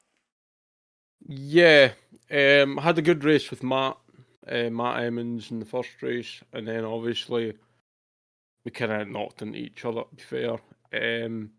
It's one of these things. He said he's apologised to me. He doesn't need to apologise at all. It's one of these things. But yeah, kind of race 2 was kind of similar, knocks and bumps, and yeah, these cars can handle a lot, but there's certain ways to kind of bump each other, if you get what I mean. It's not like you can just smash into someone, your back, your front wheel, lock them off if you do that. So you've got to watch what you can and can't do. But yeah, it's a lot of fun. Different cars from the Mazdas. And I was just saying to the lads in my team, HSR, that I've enjoyed this kind of more than the Mazdas. Racing tonight more than the Mazdas, just because I think they're different. You have to learn there's a whole new way around it, a whole new way around how to control them. So yeah, I've enjoyed this evening, and hopefully we'll move on to the next race with higher spirits and higher positions, hopefully. Oh, indeed. And I think the P9 at the end of race number 3, a real indicator of the fact that, much like your qualifying lap at the very start of tonight, it's the case that there's a lot of pace there. And if you do get a clear run, we could be seeing you really battling for a top 5 finish, if not more. And speaking of the week ahead, we of course head to a Brands Hatch Indy circuit in a week's time. How are you feeling for the very tight and short Kentish circuit? Brands Hatch is, it's one of these tracks that I think the Indy's quite technical. It doesn't look technical, but it is. The last corner to get the run onto the pit straight. You've got to kind of ace the corner, really. Hopes and spirits. I think there's going to be a lot of practice needed. Whether I'll get the time or not, I don't know. Tonight, for example, was just kind of jump on at 5 o'clock and see how much practice I could do before this race. So it was one of these things tonight. But, I'm going into it with higher spirits. And, I had the pace tonight. I know that I had the pace for at least a top 3 or top 5 finish. So, yeah, I'm feeling confident. The car, I like the car that I'm driving. So, once I've learned it, obviously, it'll be quicker. But yeah, I feel confident that we can move forward and the team can move forward. The boys did stellar work. John Higgins himself did amazing tonight. John Higgins Jr., he did exceptionally well as well. So, team's doing well. I'm happy. Car's performing well. So, yeah, spirits are good. Feeling good about the next one. Oh, indeed. And you're speaking about your teammates from HSR. We did see John Higgins and John Higgins both putting in very solid performances and battling in the top 10. And much like yourself, showing that pace and really coming on through. And, well, we look forward to seeing how all 3 of you get on next time at Brands Hatch. But just before we let you go, Rob, is there anybody you'd like to say thank you to or give a shout out to live on air tonight? Obviously, just you guys for making this kind of possible. Jamie and as I said yourself, for doing the broadcasting. You know, it wouldn't work without you guys. So you're the main brains behind the operation, if I can say so. Other people, obviously, I'd like to say a shout out to the team. Obviously, HSR boys, you know where you're at. And obviously Hills Motorsport, you know, they've been happy enough to put stickers on our car. So yeah, obviously my family, but whether they'll be watching or not, I'm not sure. But yeah, that's all I think. You know, I don't have any sponsorships, so. Well, we do appreciate your kind words there, Rob, and it's our pleasure to run this series and bring it to you. And of course, everybody tuning on in. And if the family aren't tuning in, you may want to say to them that they need to tune in.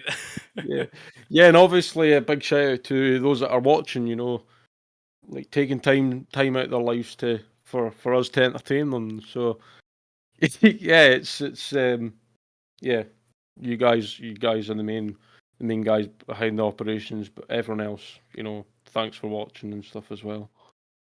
Well, with that, Rob, congratulations on tonight. Whilst the results didn't quite go your way, a lot there to look out for at Brands Hatch, and we wish you all the best in your preparations for round number 2 in a week's time.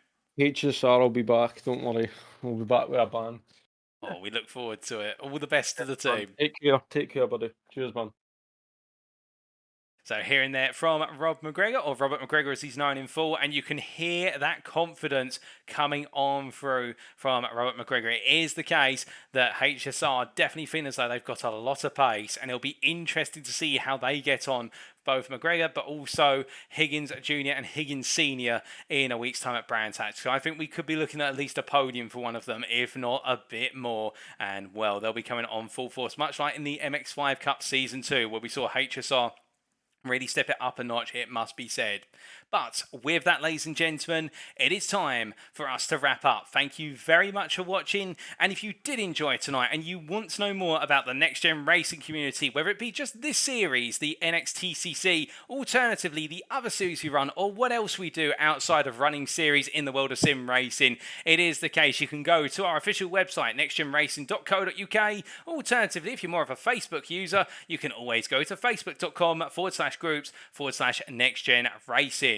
But now it will be the case that our drivers will be packing up their bags and making their way from the Leicestershire circuit of Donington Park to Brands Hatch. They'll be heading down to Kent for round number 2, and we bring all of that to you live as of the Thursday, the 11th of August 2022. It is the case, it is a circuit which is short, it's technical, as Rob McGregor was saying, but it's one of those cases whereby the circuit will be a major challenge for all of our drivers. Overtaking will be tricky, and, well, a few elbows may come on flying out. But until then, we have been Next Gen Racing. I've been your host and commentator, Paul TX141 Walsh, also known as Britain a Spit. And until next time, ladies and gentlemen, have a great end to your week, have a great weekend ahead, but most importantly, remember to stay safe, stay well, stay smiling, and also stay on track. Good night.